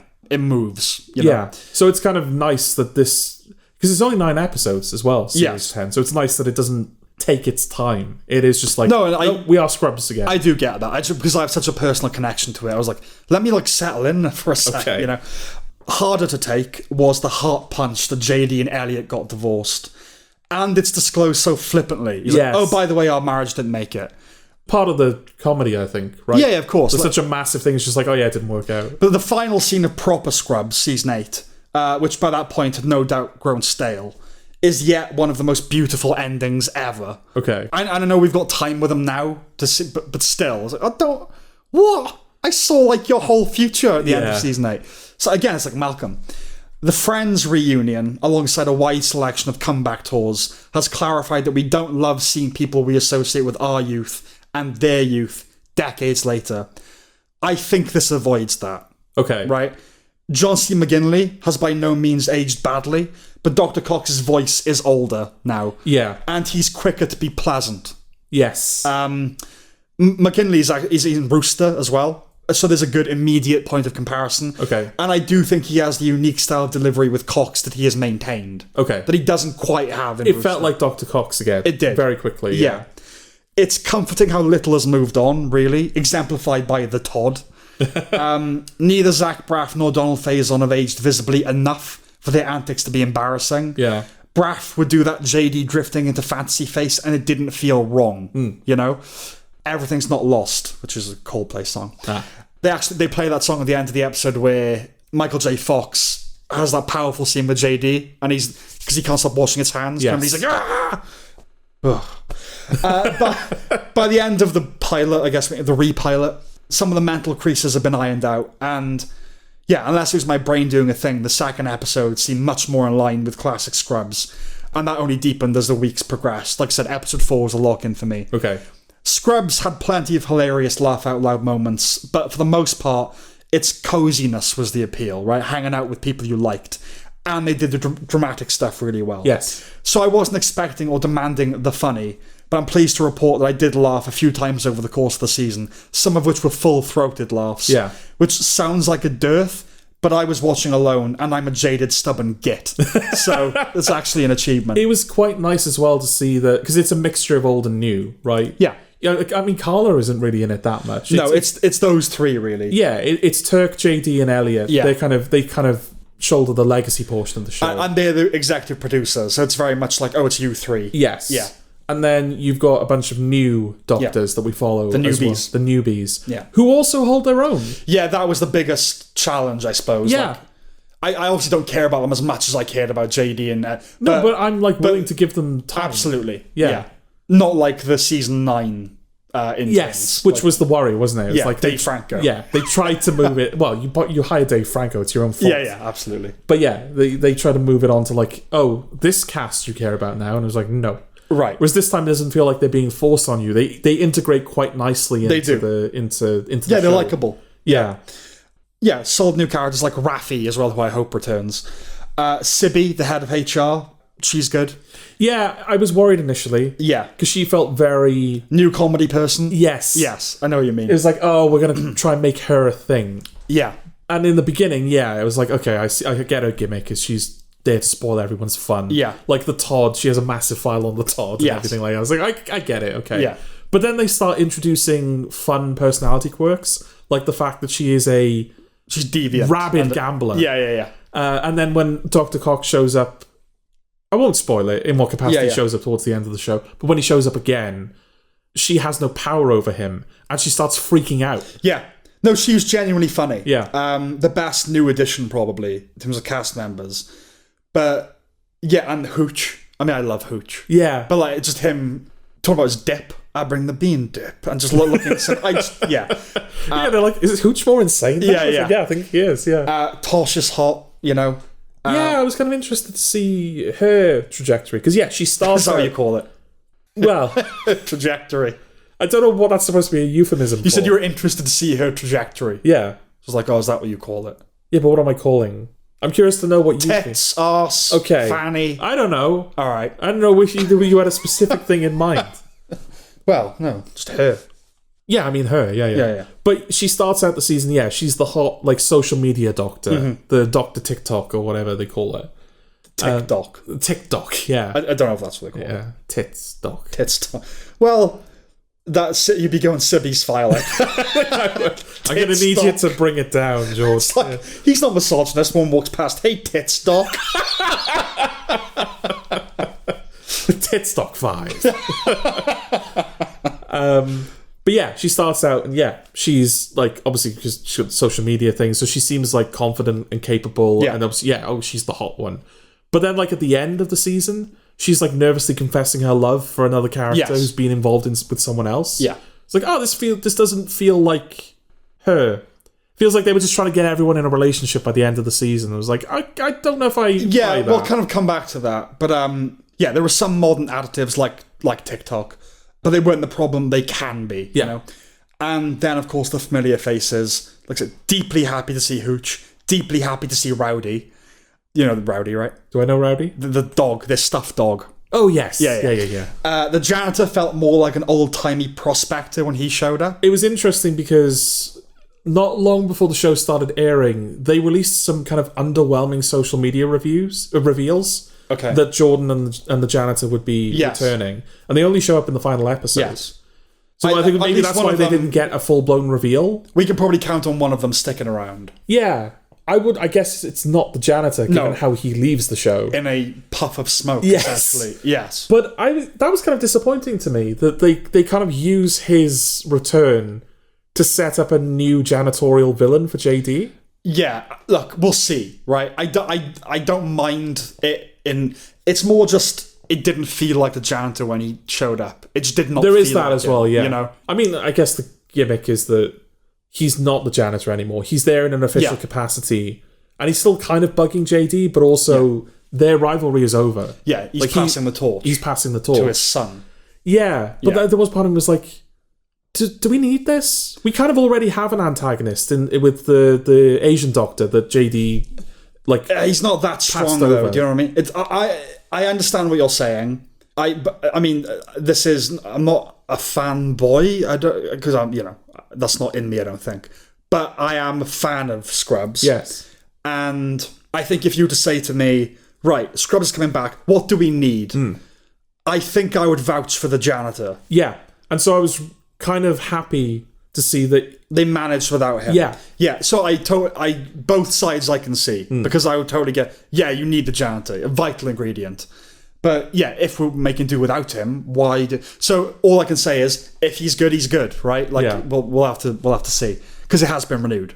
It has been renewed. Good stuff. Yeah, it was sweet seeing Carla and JD on his first day. That flashback. Yeah, Rachel Bilson in the season finale was an interesting surprise. She played Braff's romantic interest in The Last Kiss in 2006. Okay, she's a fiercely naughty's object, right? Fiercely naughty. I expect she'll stick around. Okay. Right? And Dr. Cox. I might have to spoil it. All right, spoilers. I can do without him being gravely ill, right? But if it means he's back, he's kind of an elemental comic character for me. Because I was young. He has a kind of Titanic presence in my life as a comedy character. Now that it's over, the season does feel like a test run. Not that it didn't deliver within that, but I think it passed the test. And now let's get I don't know if they're going to go the full 20, 22 episodes, but we do seem to be returning to some old TV models in certain respects. I'd say so. So let's get a proper, fully fleshed out season that... Because, you said, by the end of the season, they're just hooking up characters.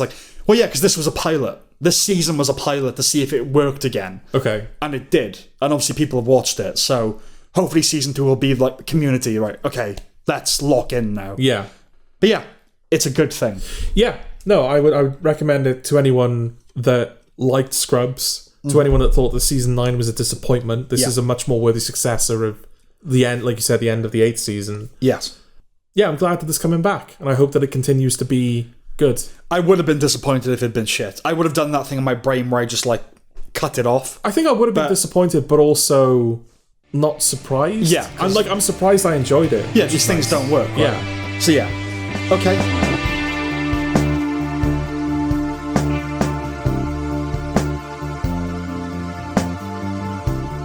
The Bride! How much did it spike? Yeah, it spiked. Jessie Buckley is back? Question mark? It is not really. No. She's in it. Maggie Gyllenhaal bravely tells the tale that Mary Shelley actually wanted to write but couldn't because the world just wasn't fucking ready. Not the tale of Frankenstein, one of the most influential, widely recognised... Sorry to interrupt. The story that Mary Shelley wanted to write but couldn't because she was fucking dead. Yeah, not the story of Frankenstein, one of the most influential books ever written. Yeah. The tale where Jessie Buckley is possessed by Mary Shelley's ghost and transformed into a human thesaurus, but is also resurrected to be Frankenstein's bride because the monster exists in a world where Mary Shelley also existed. And she shoots a guy at one point and becomes a feminist icon, but Jake Gyllenhaal's in this as well. He's got one leg shorter than the other, which Frankenstein resonates with. And all the women are oppressed, and all the viewers depressed. Yeah. Yeah. Okay. Well, it's just a mess, isn't it? Yeah. By design? Like, No.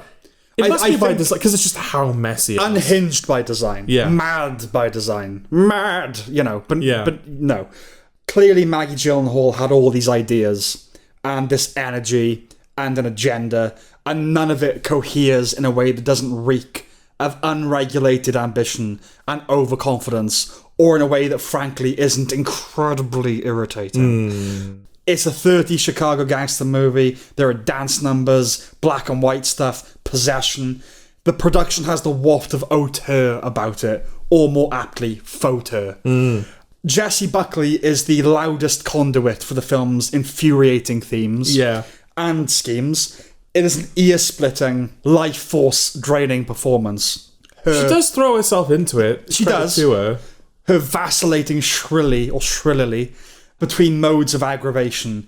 As Mary Shelley, she says cunt a fair bit, as well as motherfucking, which Shelley just wouldn't, would she? Not just as a matter of decorum, but it's an anachronism. Yeah.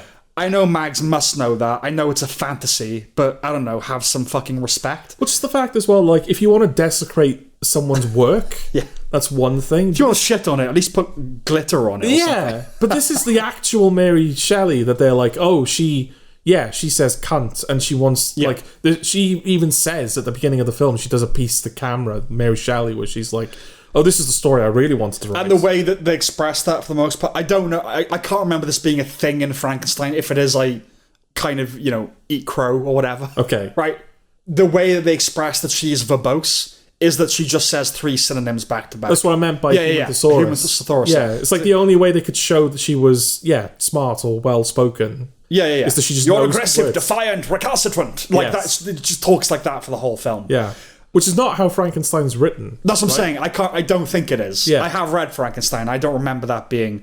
I remember it being like Gatsby, like a very economically written tone, From the moment she's on screen, J. Buck is quite untakeable. But when she started going mental on the table, howling and gyrating, I just felt embarrassed for her. Yeah. I'm not going to blame her, slappable though she is here. I blame the script and the direction. That said, it is a performance that beseeches accolade. It's a give me an award show-off type performance. Right after she's already been given an Oscar? Well, it was made before, right? So now that she has an Oscar, maybe she'll take it a bit easier. I don't know. When the cop feels her up, they get pulled over and the cop molests her, I perversely thought, bring her down a peg. That's Christian Bale is fine. He's like London. He just is, Basically, women have it rough and girl power, all right? All right. It's a vulgar, crass feminist dream that lobs into the pot the likes of Top Hat, Metropolis, Sid and Nancy, Romeo and Juliet, and Bonnie and Clyde, only to produce a poop stew. And that's all I have to say about The Bride. Yeah, I'm surprised that you left this so late in the episode, given that I've got nothing to say about it. I didn't like it. I didn't really see the point of it. No, it's rubbish. But it's a fairly high-profile film, so... Yeah, high-profile rubbish, I suppose. High-profile rubbish, yeah. Yeah. Expensive rubbish. I think a lot of its flaws are evident just from watching it. I'm surprised that... Because they're not all negative reviews, right? There's a few. Half and half. Half and half. Yeah. I didn't think this was the type of film that would invite that kind of Marmite attitude. I would have thought that... I can see it. You think? I can see it. As much as I loathe it, I can see it. Women. All it is? Let me rephrase. Okay. Female critics. Okay. That occupy a certain sphere of the intelligentsia. Not your mum. Yeah. Definitely not your mum. But yeah, it's female academics. Oh, it's empowering. It's menstruating. Sorry, I don't know. It's just the kind of film that invites that kind of vitriol. Was Frankenstein not empowering? Was that not like a net positive not female for women? empowering? Well, Frankenstein. Yeah, not the story itself. Its mere existence. Oh, I see. The fact it came from from Mary a woman. Shelley. Yeah. Yeah, you'd think, couldn't you? Yeah. Is that not enough? Did you not have to go, oh no, we'll now ruin it by making it all modern it's and not shit? like it's overlooked. I mean, it's reliably... You look any single best books ever list. Yeah. It will be on there. Yeah. It's reliably lauded. She hasn't been neglected by history. Old it would be one thing where... I don't even know if this is the film's, ambition, but... Yeah, it'd be one thing if Frankenstein was like, amongst those in the know, it's one of the best things ever written, but no one gave it the time of day because it was a woman. No. But it's not even that. It's like, it's everyone knows Frankenstein. Yeah. More people know Frankenstein than know it was written by a woman, probably. Yeah. So... But also, everyone... If you were to do a quiz where you like marry the author to the text, or just name the author of the text, that would be in the top percentile, I would imagine. Yeah. In terms of, the 99th percent. People know Mary... They called the film Mary Shelley's Frankenstein. Yes. Yeah, so that's enough said, I think. Yeah, it's not a recommendation. No.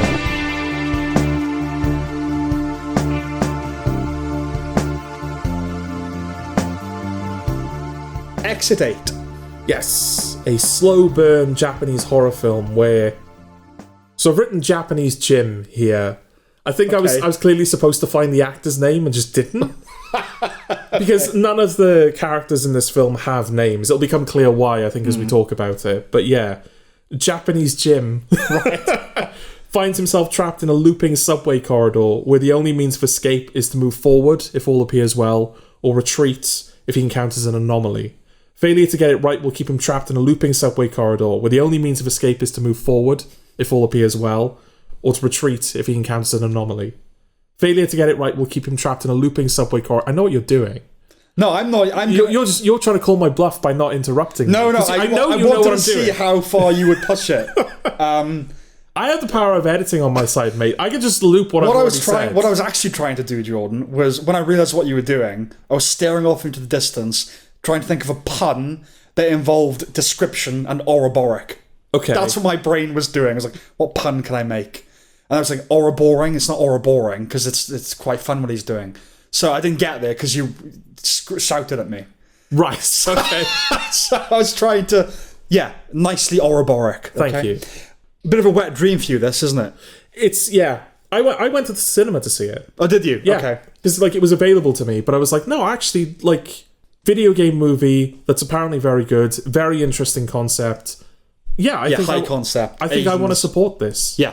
It's not just because it's Asian. No, that was the third thing I said, but it is a thing. Yes. But I did have a moment where I was a bit worried, because I went to see it, I think it was like a 9:30 showing I went to see. It was the first one available, but the last one I could see because I had work the following day. I bought the ticket. The guy was like, where do you want to sit? And he showed me the thing. None of the other seats were taken. Right. I was like, oh, fuck. I've come to see a horror film on my own. Yeah. A horror film that's all about, subtly noticing things that are not right. But then I walked into the cinema and there were people there. Okay. So it was a bit of a relief. Well, just because it's a disconnected point, just want to say firstly that Asians having a tantrum is just a funny spectacle. Okay. I'm sorry, it just is. Right. There's a film I've mentioned before. I saw it when I was a kid. I have no idea what it was. Probably some cheap B movie. But I remember it involved a gauntlet in some locked off environment, hermetically sealed kind of thing. Yeah. Maybe some sort of invisible creature roaming about. And I remember the uncanny eeriness born out of the fact that it was brightly lit. Okay. Right? This is similar territory. It's a spooky concept, maddeningly claustrophobic and deeply intriguing. Yeah. It's difficult to avert your eyes. It has that kind of pull. Yeah. Was it? Yeah, it was last episode we were talking about Mortuary Assistant, another video game horror adaptation. Yes. And how that was so committed to being a horror film. Yes. That even the screensaver was a picture of a cemetery. Yeah. And you were kind of saying that, you don't have to make it all dark and gloomy and grim and horror-y. Yeah. And I think this is a good example. It's a very bright film. And aesthetically so, yeah. And aesthetically bright film, to the point, a lot of the horror is gleaned from you, suspecting that something has gone wrong and oh no. It's not I'm waiting for something to go wrong. Yeah, it's not lights flickering and creatures jumping at you and... No. Mostly no. Yeah, mostly no. It's you noticing that something isn't right and the character not noticing and going, oh shit. Right. I had a look at the game. Yeah. And the set is, a perfect replica, basically. They fooled me a couple of times. Firstly, that it was going to be a POV film. Yeah. It's a cool moment when it breaks. There's that sense of formal mindfuck. It's very clever. It's not only an homage to the game, but it establishes that all isn't what it might be. The notion of anomaly too, if you like. And you can read into it something about the journey from myopic self-interest to a more panoramic selfless apprehension, right? And it begets the structural mindfuck in both a literal and narrative sense. The latter offers a very satisfying continuum of conjunctions and consecutions and concatenations. And they tricked me with a girlfriend on the phone. I was poised to launch into a rant about the foulness of that hermetic space being permeated by the outside world. Yes. And it wouldn't be a case of Aspergic purism, as is our wont.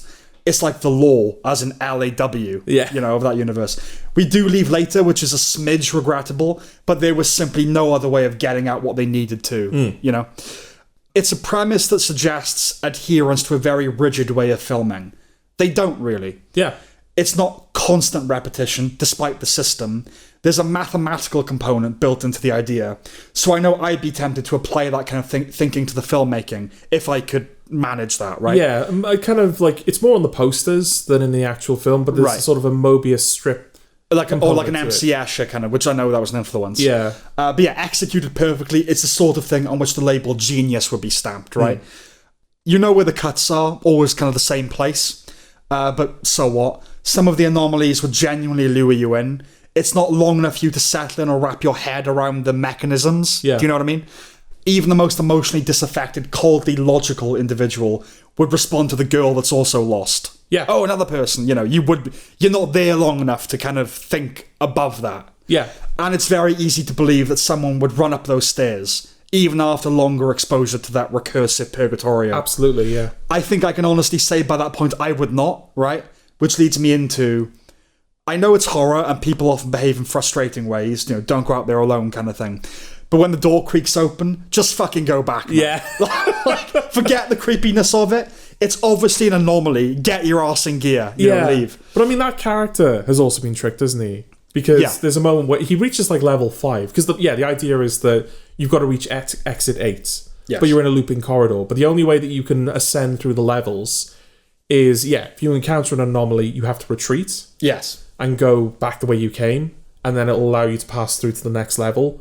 Or if you continue on and like nothing has gone wrong, you can continue and that puts you through to the next level. Yes. Get it wrong, you get shunted back down to exit 0. Yeah. And there's a moment where he gets to like 5, doesn't see an anomaly, and then goes around the corner and he's been shunted back to 0. So he's missed one and he's like, I don't understand. So then when he walks around the corner and he sees a little boy standing there, he just kind of like dispassionately goes, well, that's an anomaly. Right.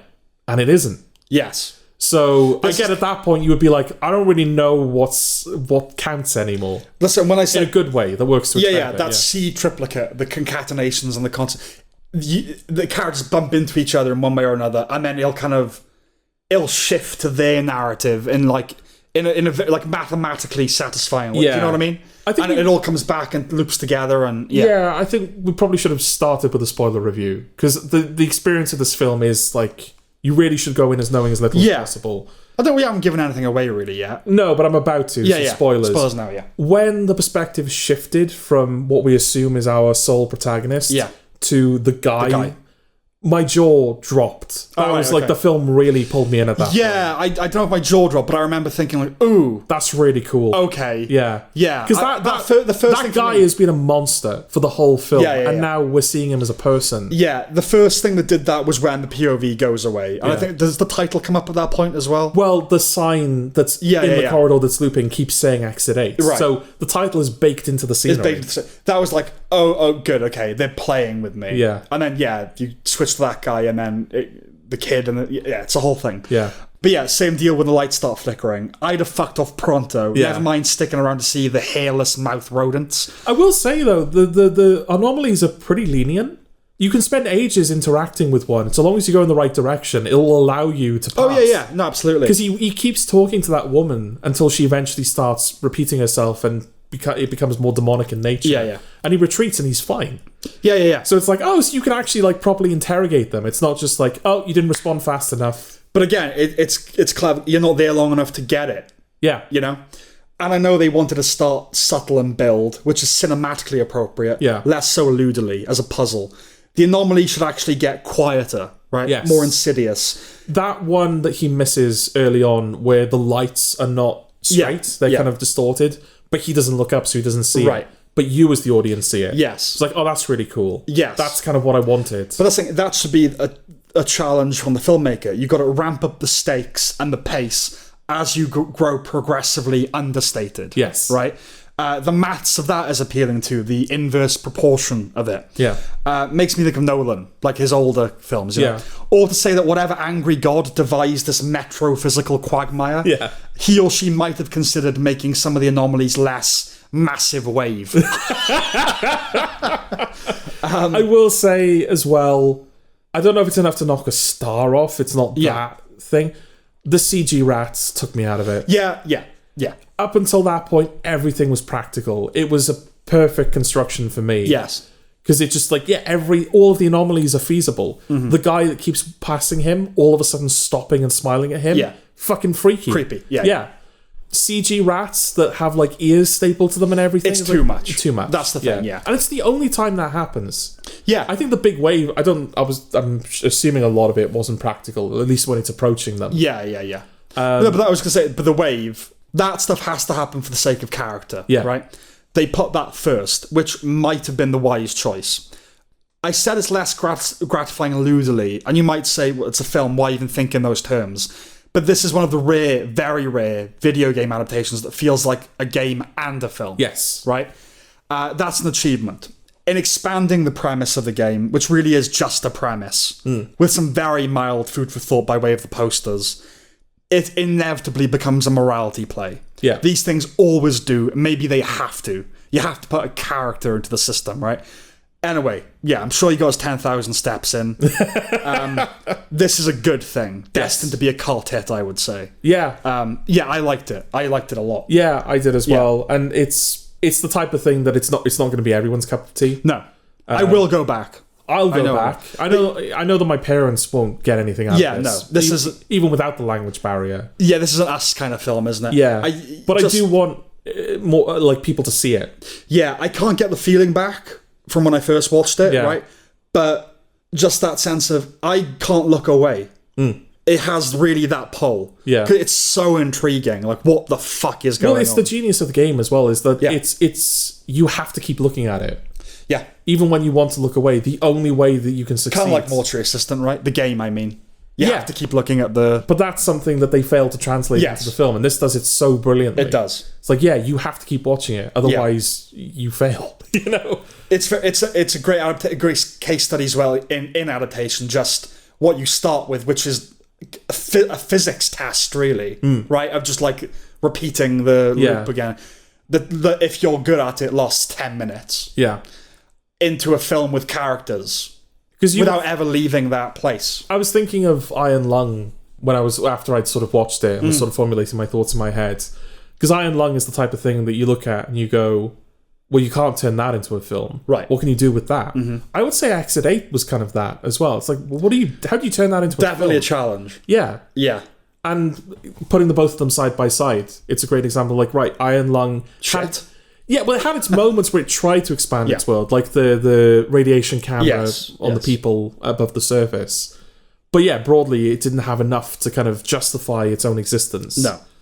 This absolutely does. I don't know how much of it was in the game, outside of just the existence of the anomalies. I don't know if all of the character stuff is invention. I think it is. I watched the playthrough, and it was a guy that was just doing it without making any mistakes. But... it's just a puzzle game. It all fits in so naturally. All of the stuff that the film has added, it feels like it belongs there. Yeah. And I obviously have to commend the filmmaking. Yeah. Like, brilliantly edited and brilliantly shot. What's nice about it is that there are plenty of long takes where obviously they want you to... in order to give the impression that this is an infinite hallway. And you think at first, it's going to be filmed like that the whole way through. Not necessarily one shot, but the way he moves around this part of the corridor... And I like that they didn't do that. Well, that's the thing. Yeah. They do play with it, and it's not just one... Because you'd think the temptation would be, we're going to do this in one take. Yes. Because I think the story would accommodate for that, right? Yeah, you could do basically real time. Yeah. Even the moment... If you can do 1917, or at least fake it. Yeah. I'm sure you could do this, yeah. Even the moment where it shifts perspectives, and you kind of go back in time a little bit. Yeah. It's still real time, technically. You go back in time, but it's still in that same loop. It's not like, nothing... The scenery hasn't changed. Yeah. And that perspective ends with you kind of perfectly meeting up with where you left. So it all fits together. I'm trying to imagine myself on the set as the director or whatever. Like, it feels like it'd be really fun to just have that set and working it out. and it would kill you. Yeah. Trying to figure out how to fucking do it right, you know? And yeah, no, very technically impressive. Yes. Yeah. That's all I got. Yeah. It's a recommendation. A No, high recommendation. yeah, absolutely. Yeah. Definitely check it out.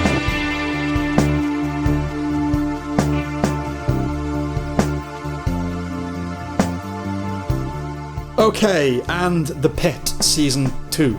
Set 10 months after the bloodbath of Season 1, both emotional and physical, Yeah. Season 2 takes place between 7 a.m. and 9 p.m. on the 4th of July, where the staff in the ER of Pittsburgh Trauma Medical Center need to survive the onslaught of the injured and the ailed, assist them taken offline to survive an impending cyber attack, and most importantly, each other. Will Dr. Robbie ever be okay? Will Santos ever catch up on her charting? Will Ogilvy just fuck off already? I saw that you must have had the idea for that thumbnail. Well, once I found the two images, yeah. Well, Season 2 drops a year after Season 1. It can't be stressed enough. This should be the standard. Yes. Right? Yeah. Since January 2025, we've had 30 episodes, you know? Yeah. That's longer than most modern shows that are finished. Yeah. And it's business as usual. So if our review is briefer, probably won't be. But if it is, it's only because we've said it before, right? It's doing a job of work. So unlike shows like Severance, you can't really pick apart each episode. We would discuss it week to week, of course, but surveying the big picture means that one ends up deleting a significant portion of notes, right? Just to say that if it ends up somewhere in the best of the year and it doesn't feel like I've been effusive enough in my praise, that's why. Okay. There were plenty of little moments I loved that just feel too straggling to mention, but I'll try and mention some of them. You can drill down on the overall tombo of the season to an extent, but only to an extent, because while we're only 2 seasons in, the Pitt is the Pitt. You know what you're getting, right? Yeah. It has and will have highs and lows like any other show, but fingers crossed, I doubt they will be as stark as other shows. Do you know what I mean? Okay. The difference between the peaks and the valleys. Right, okay. It's an unfortunate metaphor, but if other shows are peaks and valleys on the ECG, this is a flat line. You know? Asystole. Yes. Asystolic show. Asystolic. I learned that from the Pitt. Did you? Yeah. Okay. I didn't know there was a term for a flat line. I thought it was just called a flat line. Yeah, asystole. Yeah. So systole is, I guess, when you got... So we're systolic right now. We are systolic. Don't jinx it. Touch wood. Noah Wiley rides into the season on his motorbike with his sunglasses and the music blaring, and I won every award for season 1 entrance. Later, that takes on a darker note, though. But as a season opener, it's like, yeah. They're like, oh yeah, he's not wearing a helmet. Catherine Lanassa, Patrick Ball, and Taylor Deedon are similarly afforded more conspicuous entrances. They know their breakouts, you know. It did sometimes feel like Lanassa was playing a bit bigger than she did in the first season. Like her voice was somehow voicier at times. Okay. And her expressions more expressive, but I don't know, maybe I'm just misremembering. Well, they gave her a nurse to teach as well, and she kind of has her moments, like her complaints about the way the rape kits are not collected. No, that's fine. And I did see I saw an interview with her where they said, basically what's different. She's like, oh, well, I feel... They're talking about getting into character, and she said, oh, when I pull those trousers up and I get the accent, I lock in. So it feels like that's maybe her thing. You know, she kind of goes full Pittsburgh or whatever. The introduction of new characters proves just how highly we regard the old ones. I don't know about you, I experienced a sense of gatekeeping. Right? In what way? Well, like, who is this Joy in Ogilvy? Like, who is this Dr. Al-Hashimi? It's a strength of the show that you gradually accept them. By the end of the season, Al-Hashimi is one of the standouts for me. And we do get the humbling of Ogilvy, which sounds Talmudic, you know? Alternately, Ogilvy's humbling, which sounds like a canyon or a town on the American frontier. Yes, you know? Yeah. But Robbie is still the man. God, I felt for him. Seriously. It's funny, kind of like, I think we said in the first season, it's like, oh, you really want him to be your doctor. Yeah. You feel like, now it's just like, dude, you got to work out your shit. I really want you to be okay. You work on me. My father said when we were watching, I don't think any of them should be working in A&E. Like, they're all fucked up. And then my cousin, who's a nurse, responded, oh, just like real life then. Yeah. And Javadi says as much in the finale, Rich. Look at what this does to people. Yeah, absolutely. Do you want to talk about the response to Robbie? I do. That's kind of one of the main things I wanted to discuss, because I find it interesting. Yes. Yeah, I imagine that like it was considered a triumph when he won every award for season 1. Especially since early on in the year, at the very least, it felt like Severance was basically a lock for a lot of that. and then it all fell by the wayside for The Pitt. The Pitt. Yeah.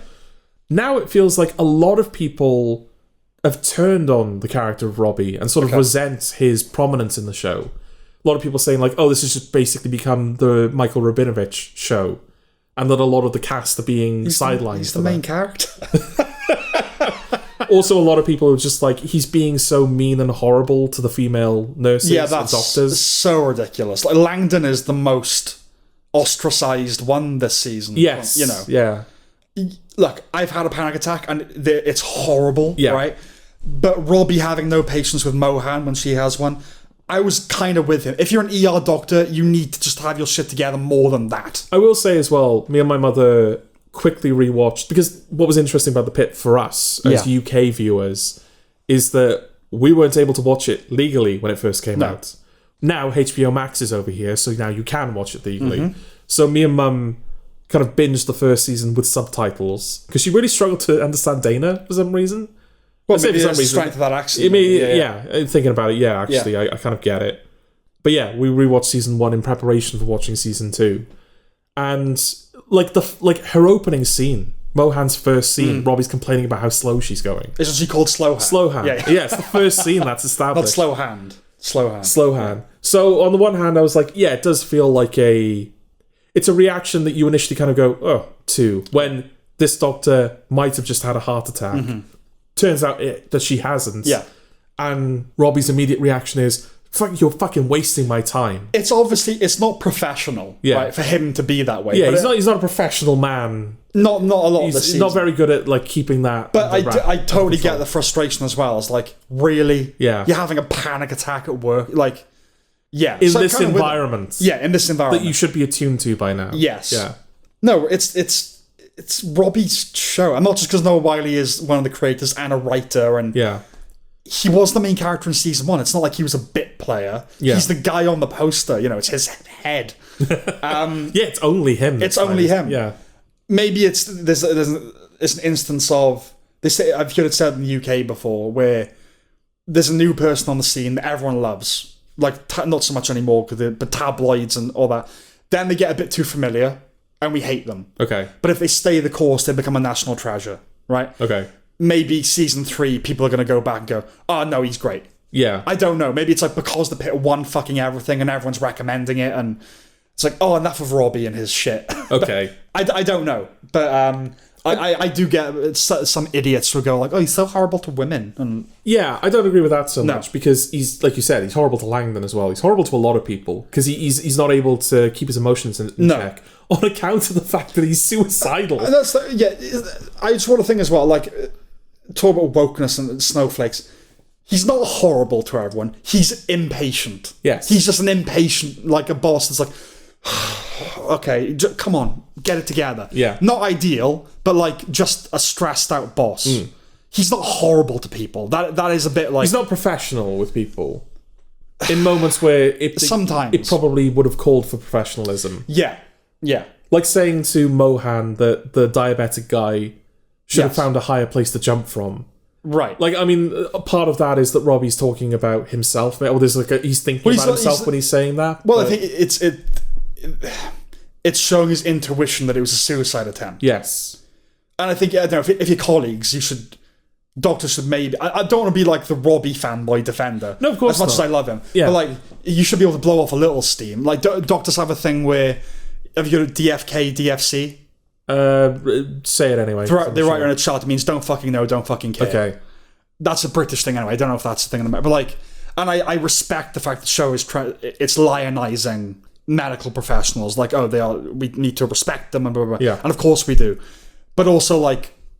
They can be a bit like loose with each other, can't they? And you know, yeah. But when you're that far into the shift and everyone's that frayed, right? Yeah, she takes it badly. Yeah, and you kind of go, yeah, I understand why you take that badly. Of course, yeah. But I understand why you would say it as well. Yeah, there is that side to it too that can't be ignored. So yeah, just to say that the Robbie thing is silly. Okay, I think you agree, right? Yeah, broadly. Again, my mum's kind of losing patience with him at the moment. But part of that is because she's a big fan of ER. Right. And he will always be Carter to her, Dr. Carter. And so the fact that he's acting so unprofessionally, as she put it, at the moment, and we haven't yet hit the point where, like, we haven't reached the power outage and stuff. Like, we're kind of, not in a holding pattern, but in the earlier episodes, they're just kind of accumulating patience before the big crisis starts happening. I think she's hitting the point where it's like, he's just being unprofessional and it's not going anywhere at the moment. Okay. And Has she not keyed into, like, the possible suicidality thing? No, I think she's still at the point where she thinks, well, he's not going on a sabbatical. He's just going to stay. Okay, right. He's just, okay. Yeah. I don't like Garcia. Okay. I think she's the only one, really. Well, I think all of the surgeons are pricks by design, right? 'Cause surgeons are like that, I think, maybe. I don't know. By this show and by other shows I've seen. Yeah. Like Jockey. Yeah. You know? Well, Turk's not. Turk's all right. No, he's all right, but like the thing in Scrubs as well is they're all like, they're the jocks of medical, you know. You got the nerds who are the diagnosticians, and then, you know. But even she has a silver lining, because she's right with Santos about Langdon. But she calls Savario Nepo baby, she's curt with a fat dude. The bitch has got to wind it in, frankly. The season introduces new issues with which the medical community is dealing, the utility of artificial intelligence versus one's gut, patient passports. They retain that element of tapping into Pittsburgh's culture and history. You've got like the racing family, the fireworks pioneer, the Tree of Life shooting.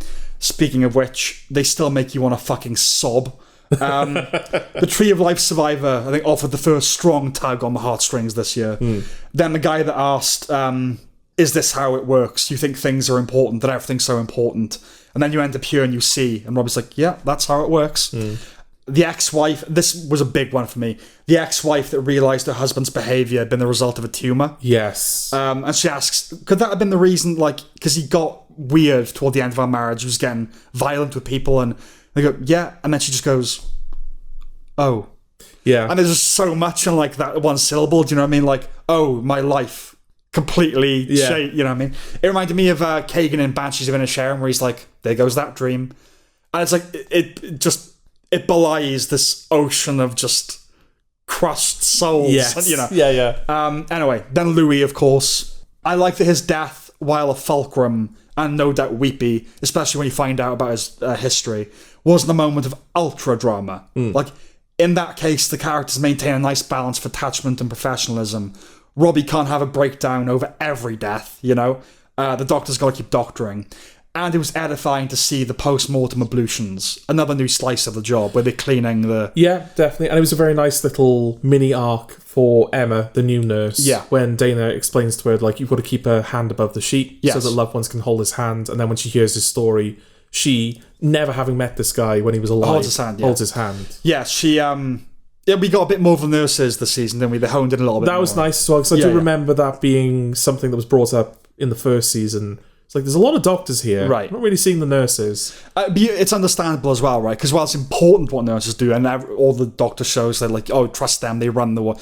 It's more dramatically interesting when you have to figure something out, rather than just like looking after someone, you know? Exposition is organically and pleasingly spaced, or we find out Whittaker is seeing that woman from the first season, and the Collins really is gone in hour 4. Even the Langdon ended up getting a dog. Do you know what I mean? Like, in hour 6, we hear about the guy that punched Dana. You're like, oh, yeah. It's a nice spread, and it shows how attentive the writers are to the details. Well, you're saying that as well. Like, I saw an interview where they were talking about the background audio. Right. And they said that because it's the same people working that shift, they have the same, like, 8 background characters recording all of the background audio. Right. And they're also making sure, just in case anything bleeds through, they're making sure that it's medically accurate what they're saying. Yeah. Even though that audio is designed to be lost in the mix. For some reason, it made me think of Garth Marenghi's Dark Place, which, like, the set in a hospital. And, like, when they have to have business, it's such a cheap show. Yeah. You just have one guy in the background, like, wheeling a gurney or whatever. Oh, yeah. And it's like, God, just invest the fucking... That's a job, right? Someone's got to choreograph those people. Yeah. I guess, like, first AD maybe, or second AD. This isn't like 24, where cliffhanger-like events seem to happen on the dot every hour. Because every episode manages to end with something intriguing, but considering the sheer amount of things that happen minute to minute, it's never jarring. Do you know what I mean? I think I said it with the first season, but it's very smart not to give us constant clock reminders. The episodes being 50 minutes or so allows for some acceleration from A to B, you know? Yeah, even though... This is a 15-hour shift taking place over 15 out, like, short, just below an hour long episodes. Like, it's not a real-time show. No, it's not. And I don't think of it as a real-time show.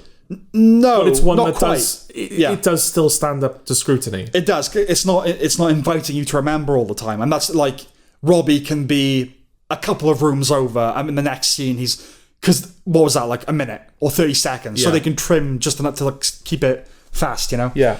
So, okay, gnarly moments from the season. Flipping over a lung at the risk of ripping it off the hilum. Oh, the hilum flip. Yeah. Yes, that was quite something. They really cranked that guy's chest open. Oh didn't yeah, they? you meet, you know, when you. Yeah. The maggots under the cast. Yeah. The priapism, or indeed the irrepressible Johnson. You see the odd male member on prestige dramas, but they're always flaccid, obviously. So that was somewhat startling. The disimpaction, draining blood from around the heart, like that redness on the chest. Yeah. That was uplift me, that sense of internal catastrophe, like bruise it. You know what I mean? I think your mum is. Yeah, I don't know whether I said this in the first season, so apologies Yeah. if I'm repeating myself for long-term listener. Mm-hmm. But We got two. we got two. Sorry, listeners. Yeah. I forgot about you. It's interesting watching it with her because she worked in the NHS for like nearly 40 years. And I think she trained in a hospital as well, even though that wasn't the final profession. In A&E? Yeah. Yeah. Yeah, she said like a couple of times she held a leg while it was being amputated. Right. That's kind of, Ogilvy holds an amputated leg. he does, yeah. But it's not the same. No, it's not the same. Not the same. Yeah, the woman's like, is my leg okay? And he's like, I don't know how to answer the question. Yeah, is my leg broken or something? She's like, yeah, I don't know how to answer that. She's Yeah. standing there with. Yeah, there was something about holding it like, no, not enough give yet. Yeah. A little bit more, come on. Yeah. Yeah. And apparently they are heavy. I'd imagine so. Yes. Yeah. Once you have to fully take the weight of it, it's like, oh, fuck, yeah. Yes. We weigh weight. Yeah, we have weight. We have weight. We really have weight. Yeah. But yeah, anyway, yeah, it's interesting watching the show with her because her reactions always seem to be like inverse to the severity of the external severity of the injury. Yeah, as in the less obvious. Yeah. Yeah. One of the first episodes, maybe even the first from series 1, you see a degloved foot. Yeah. And she just kind of took it in her stride. Yeah. But whenever she sees bruising, Yeah. like severe bruising, what was the one in this season? Like the woman's leg is kind of dying. She has necrotizing fasciitis, I think. Yeah. Yeah. And that is the stuff that she responds more strongly to. Yeah, that for me, it's anything living. That's my big, like maggots and like the worm graveyard in season 1. Yeah. Oh, they were there, but they're dead now. But Yeah. you'll always have dead worms in your brain. Anything living, I think, not much turns my stomach or like makes me. Yeah. It's not. I get tingles. You get like the goosebumps, like you know, people have that when they look at holes. Like, what's that fear? Oh, I know what you're talking about. I wish I remembered the Yeah. word. But yeah. I sometimes get that with certain things, and like, yeah, it's things like. Degloving? No, that's. Oh, I got it. With It's gnarly. Yeah, it's gnarly. someone's ring finger gets degloved. It's pulled. Yeah, obviously. Yeah, and I was like, no, don't like that. no, it's things like in the Even example, now, I'm like caressing my Yeah, finger yeah. to make sure it's all okay. The example I give is from Hannibal, where he is growing mushrooms through people. Okay. I guess cancer, like a living thing inside. That is my ugh. It makes me Yeah. gross out. Don't like animals. Mushrooms are an animal. No, living things. I know mushrooms are an animal. Okay. But it's a living I'm thing. just making sure. Yeah. No, I do know. I didn't see them in the zoo, do you? Yeah, so the maggots were bad. Yeah. And yeah, I think necrotizing fasciitis might be a living thing. Flesh-eating thing, right? Yeah. I don't know exactly. Well, he slices through a leg, doesn't he? Well, he thinks it's, what's it called? MRSA? Not dermatitis, not MRSA. No, I think they do say as like an initial An speculation. initial thing, yeah. No, he thinks it's something else. Oh my god, it's something itis. It's an inflammation. Okay. But yeah, it's actually her eating her leg. Yeah. Like, no, it's the guy that's been hit on the chest. And it's just like a dark red circle. Like, oh god, yeah. You just imagine the blood pooling up inside. Yeah. And yeah, that woman whose husband, she's got like the bruise on her side, and then she collapses. That stuff is bad. Yes. But yeah, the core disaster of the season, the computer's going down. Yeah. Right. We can't have a mass shooting every year. No. Well, America, but Yeah. I don't doubt the abilities of the showmakers for 1 second. But the Pitt Fest atrocity in season 1 might end up being the best thing they ever did. I will say that, yeah, those like 3 episodes Yeah. surrounding the Pitfest shooting, Yeah. it's so easy to just go back to those. Yeah. and watch those. You pick that out of the season. That's where it truly locks in. It's like, oh, it's the best. Yeah. Drama. Yeah. There's no equivalent in series 2. There's no handful of episodes that I want to specifically return to. And I'm okay with it because we can't do it every year. Yeah, I'm not encouraging that. Yeah. I think the season it works without that. It's more about the dramatic, the character, Robbie. And it's very clever the way that they organically extend the shift to the full 15 episodes. Yeah. Because the computers come back online at the very end of their shift, and so they need to stick around. That's the thing. In season 1, they've got to stay because all hands on deck for mass shooting. In season 2, they've got to finish paperwork. Yeah. So it's like, right, okay, so how is this interesting? And it's interesting because Robbie's so fucking frayed and you think he's going to do something. Also, good on Joy for just being like, no, my shift's over. Yeah. I'm not staying. Absolutely. You've got to set some boundaries. Yeah. You all get burned out. But yeah, I imagine computers are more effective, but purely as a fan of the tactile, I'd sooner they do it analog. The faxes and all that kind of thing. Yes, but I saw... Is it Dr. Mike? He's like a YouTuber. I think I know what you mean, yeah. Yeah. As soon as they went analog, he was like, oh, fucking paper charting. I can't. Yeah. So it's something that I can imagine. Modern doctors do. But I find it funny, Dana's like, they took us back to 1999. I was like, A, I was alive then.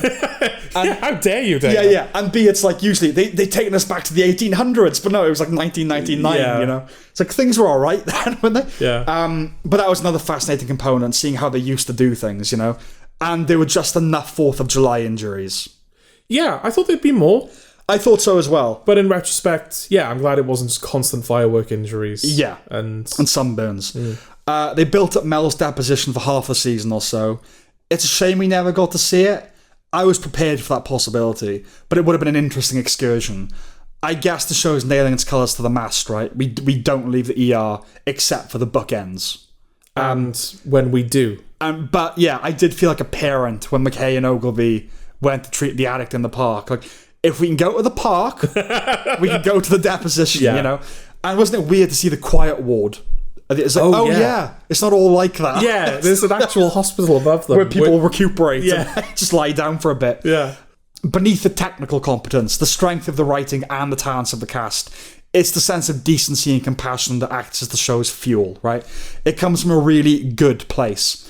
But as with season 1, we occasionally swerve into areas which are politically trifling. My heart sank when Ice showed up. Don't you mean nice, Sam? Nice? Yeah. Why? Is that who calls it nice? Well, wasn't there like a thing? I don't know how serious it is. Might be a joke. But someone was like, oh, Donald Trump should rename ICE agents to nice agents. So the media have to keep saying... That would be funny. Keep talking about nice. And I think Trump retweeted, like, I like this idea. That would be funny. Ultimate troll. Yeah. So I don't know if he's actually doing it. But I saw that, like, not long before we recorded this. What was it like? ICE was like internment, like internal. What would the N be? I want. But I was like, oh no. But they did make a bunch of patients leave the waiting room, which sounds like a plus. They're like, oh my god, patients are leaving en masse. Like, good. Yeah. That whole thing ended up being okay, but it does make me wobbly now and then, because all the characters have personal flaws, strengths and weaknesses. Great. But when it comes to the show's worldview and presentation of social issues, there is an unfortunate tendency to be holier than thou, to offer up the perfect aggressor and the perfect victim. I just wish it was more nuanced in that respect sometimes. Okay. You know what I mean? Like the woman the ICE have got, like, oh, I'm so downtrodden and I poor woman, I work in kitchens. Like, well, they make it she's like a bit of a bitch or something, where it's like you might not agree with what they're doing. Do you know what I mean? Just make it a bit more complex. But that's just to get my reservations in before praising the final episode. Without going through the whole season again, I think it's my favourite, the finale. It was a great case on which to end. The C-section on the woman they had to resuscitate. Yes. That whole thing. If you think seeing a natural birth is intense. Yes. Yeah. I suppose it'll take one more to make it a trend, but I'm a fan of the hair down precedent. Yeah, I think they even... I don't know the name of the actress that plays Santos, but I think she even... Issa Briones. Oh, you know. I do know. Yeah. Yeah, she even references that, like, a lot of people liked it when I let my hair down last season, so we're going to do it again. Like, yes, please. I watched an interview with her, and she's like, done up and everything. It's like, I can't take you, because I guess like I'm used to her being which is still attractive. Yeah, but I'm used to how she looks in the pit. So it's like, what do they say when like like high school hot or whatever. It's like, no, you only think she's hot because all the other teachers are mingers. Yeah. And she by no means a minger, but it's like when she's actually done up, and I was like, oh no, I can't compute that now. It's like, Well, I did have that moment when she pulls Mel's hair out of the klat, and I was like, no, Mel doesn't have her hair down. We'll definitely come to that. Yeah. But yeah, this time Al Hashimi was the big rep. Not that like, oh, she's hot now, but like just the wildness of her hair. Yeah, I was like, oh, hello, all right. Yeah. Great scenes between Robbie and Al Hashimi, and Robbie and Abbott, a contender for best character for me. It's him and Robbie. I think their relationship is the best thing in the show. It is. Yeah. And so, why are they so keen for us to not, have him as a main... Yeah. I want Abbott. I want to see Abbott. If we're having the two attendings, if that goes through, maybe we will. Yeah. But I think they've established he's the night guy. Yeah. Robbie's the day guy, right? Because they said, like, a lot of people, especially like the last couple of episodes, I think there's a general sense of, oh, this is a pilot for the night shifts. Yeah, a backdoor pilot. Yeah. And they were like, no, you're seeing enough of the night shift. I was like, I'm bloody not. I like Abbott. Not Abbott, yeah. The others like do without, but like, yeah. No, I think they're all right. No, they're fine. Yeah. I don't mean like I could do without them. I just mean I don't need to see them more. Abbott, I need more. But like, yeah. I just want to see if Shen is ever going to finish that coffee. No, yeah, that's his thing, isn't it? Yeah. No, but they're more like broy, right? They're like, we're a wolf pack or whatever. Like, we're wolves, yeah.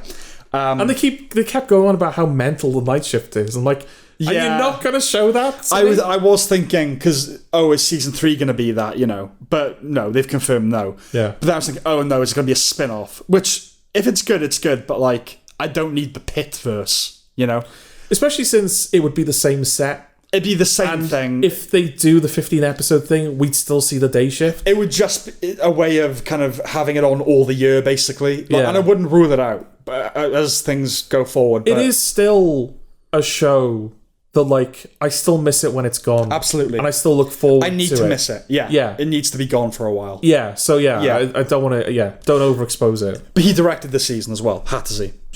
He directed this season, yeah.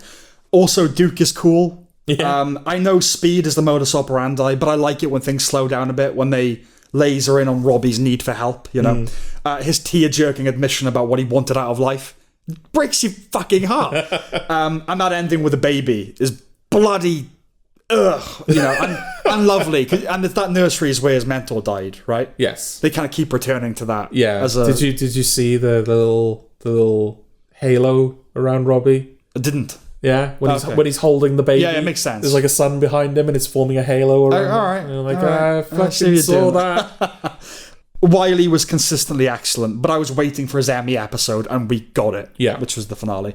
And then, of course, that wonderful treat of an epilogue, right? Yes. Good for Mel. But yeah, they're trying to make us want to bang her too. Like, because like seeing her with her hair down was reality shattering. Santos did a radical thing there. Like, you're giving fire to the people, Prometheus. She doesn't know what she did. It kind of makes you realize how strong a character Mel is on that performance where, that's not her anymore. Yes. You know what I mean? Yeah. So, season 3, cold weather season, which is what you wanted, right? Which is what, absolutely. Yeah. Just kind of interested to see, like, how do they keep spicing up the injuries? Because that's another discussion me and my mum are sort of having on and off as we're watching the show, is the 14 seasons of ER, right? Yeah. 20-odd episodes each season. Mm-hmm. How could the Pitt possibly do anything that ER hasn't already done? Right.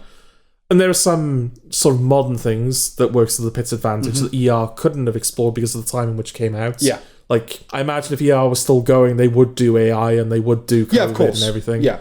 And trans would be a bigger deal. And yeah, absolutely. Yeah. Like, I said to her, like, do you think that a character like Mel would have existed at the time of ER? Like, someone that's like...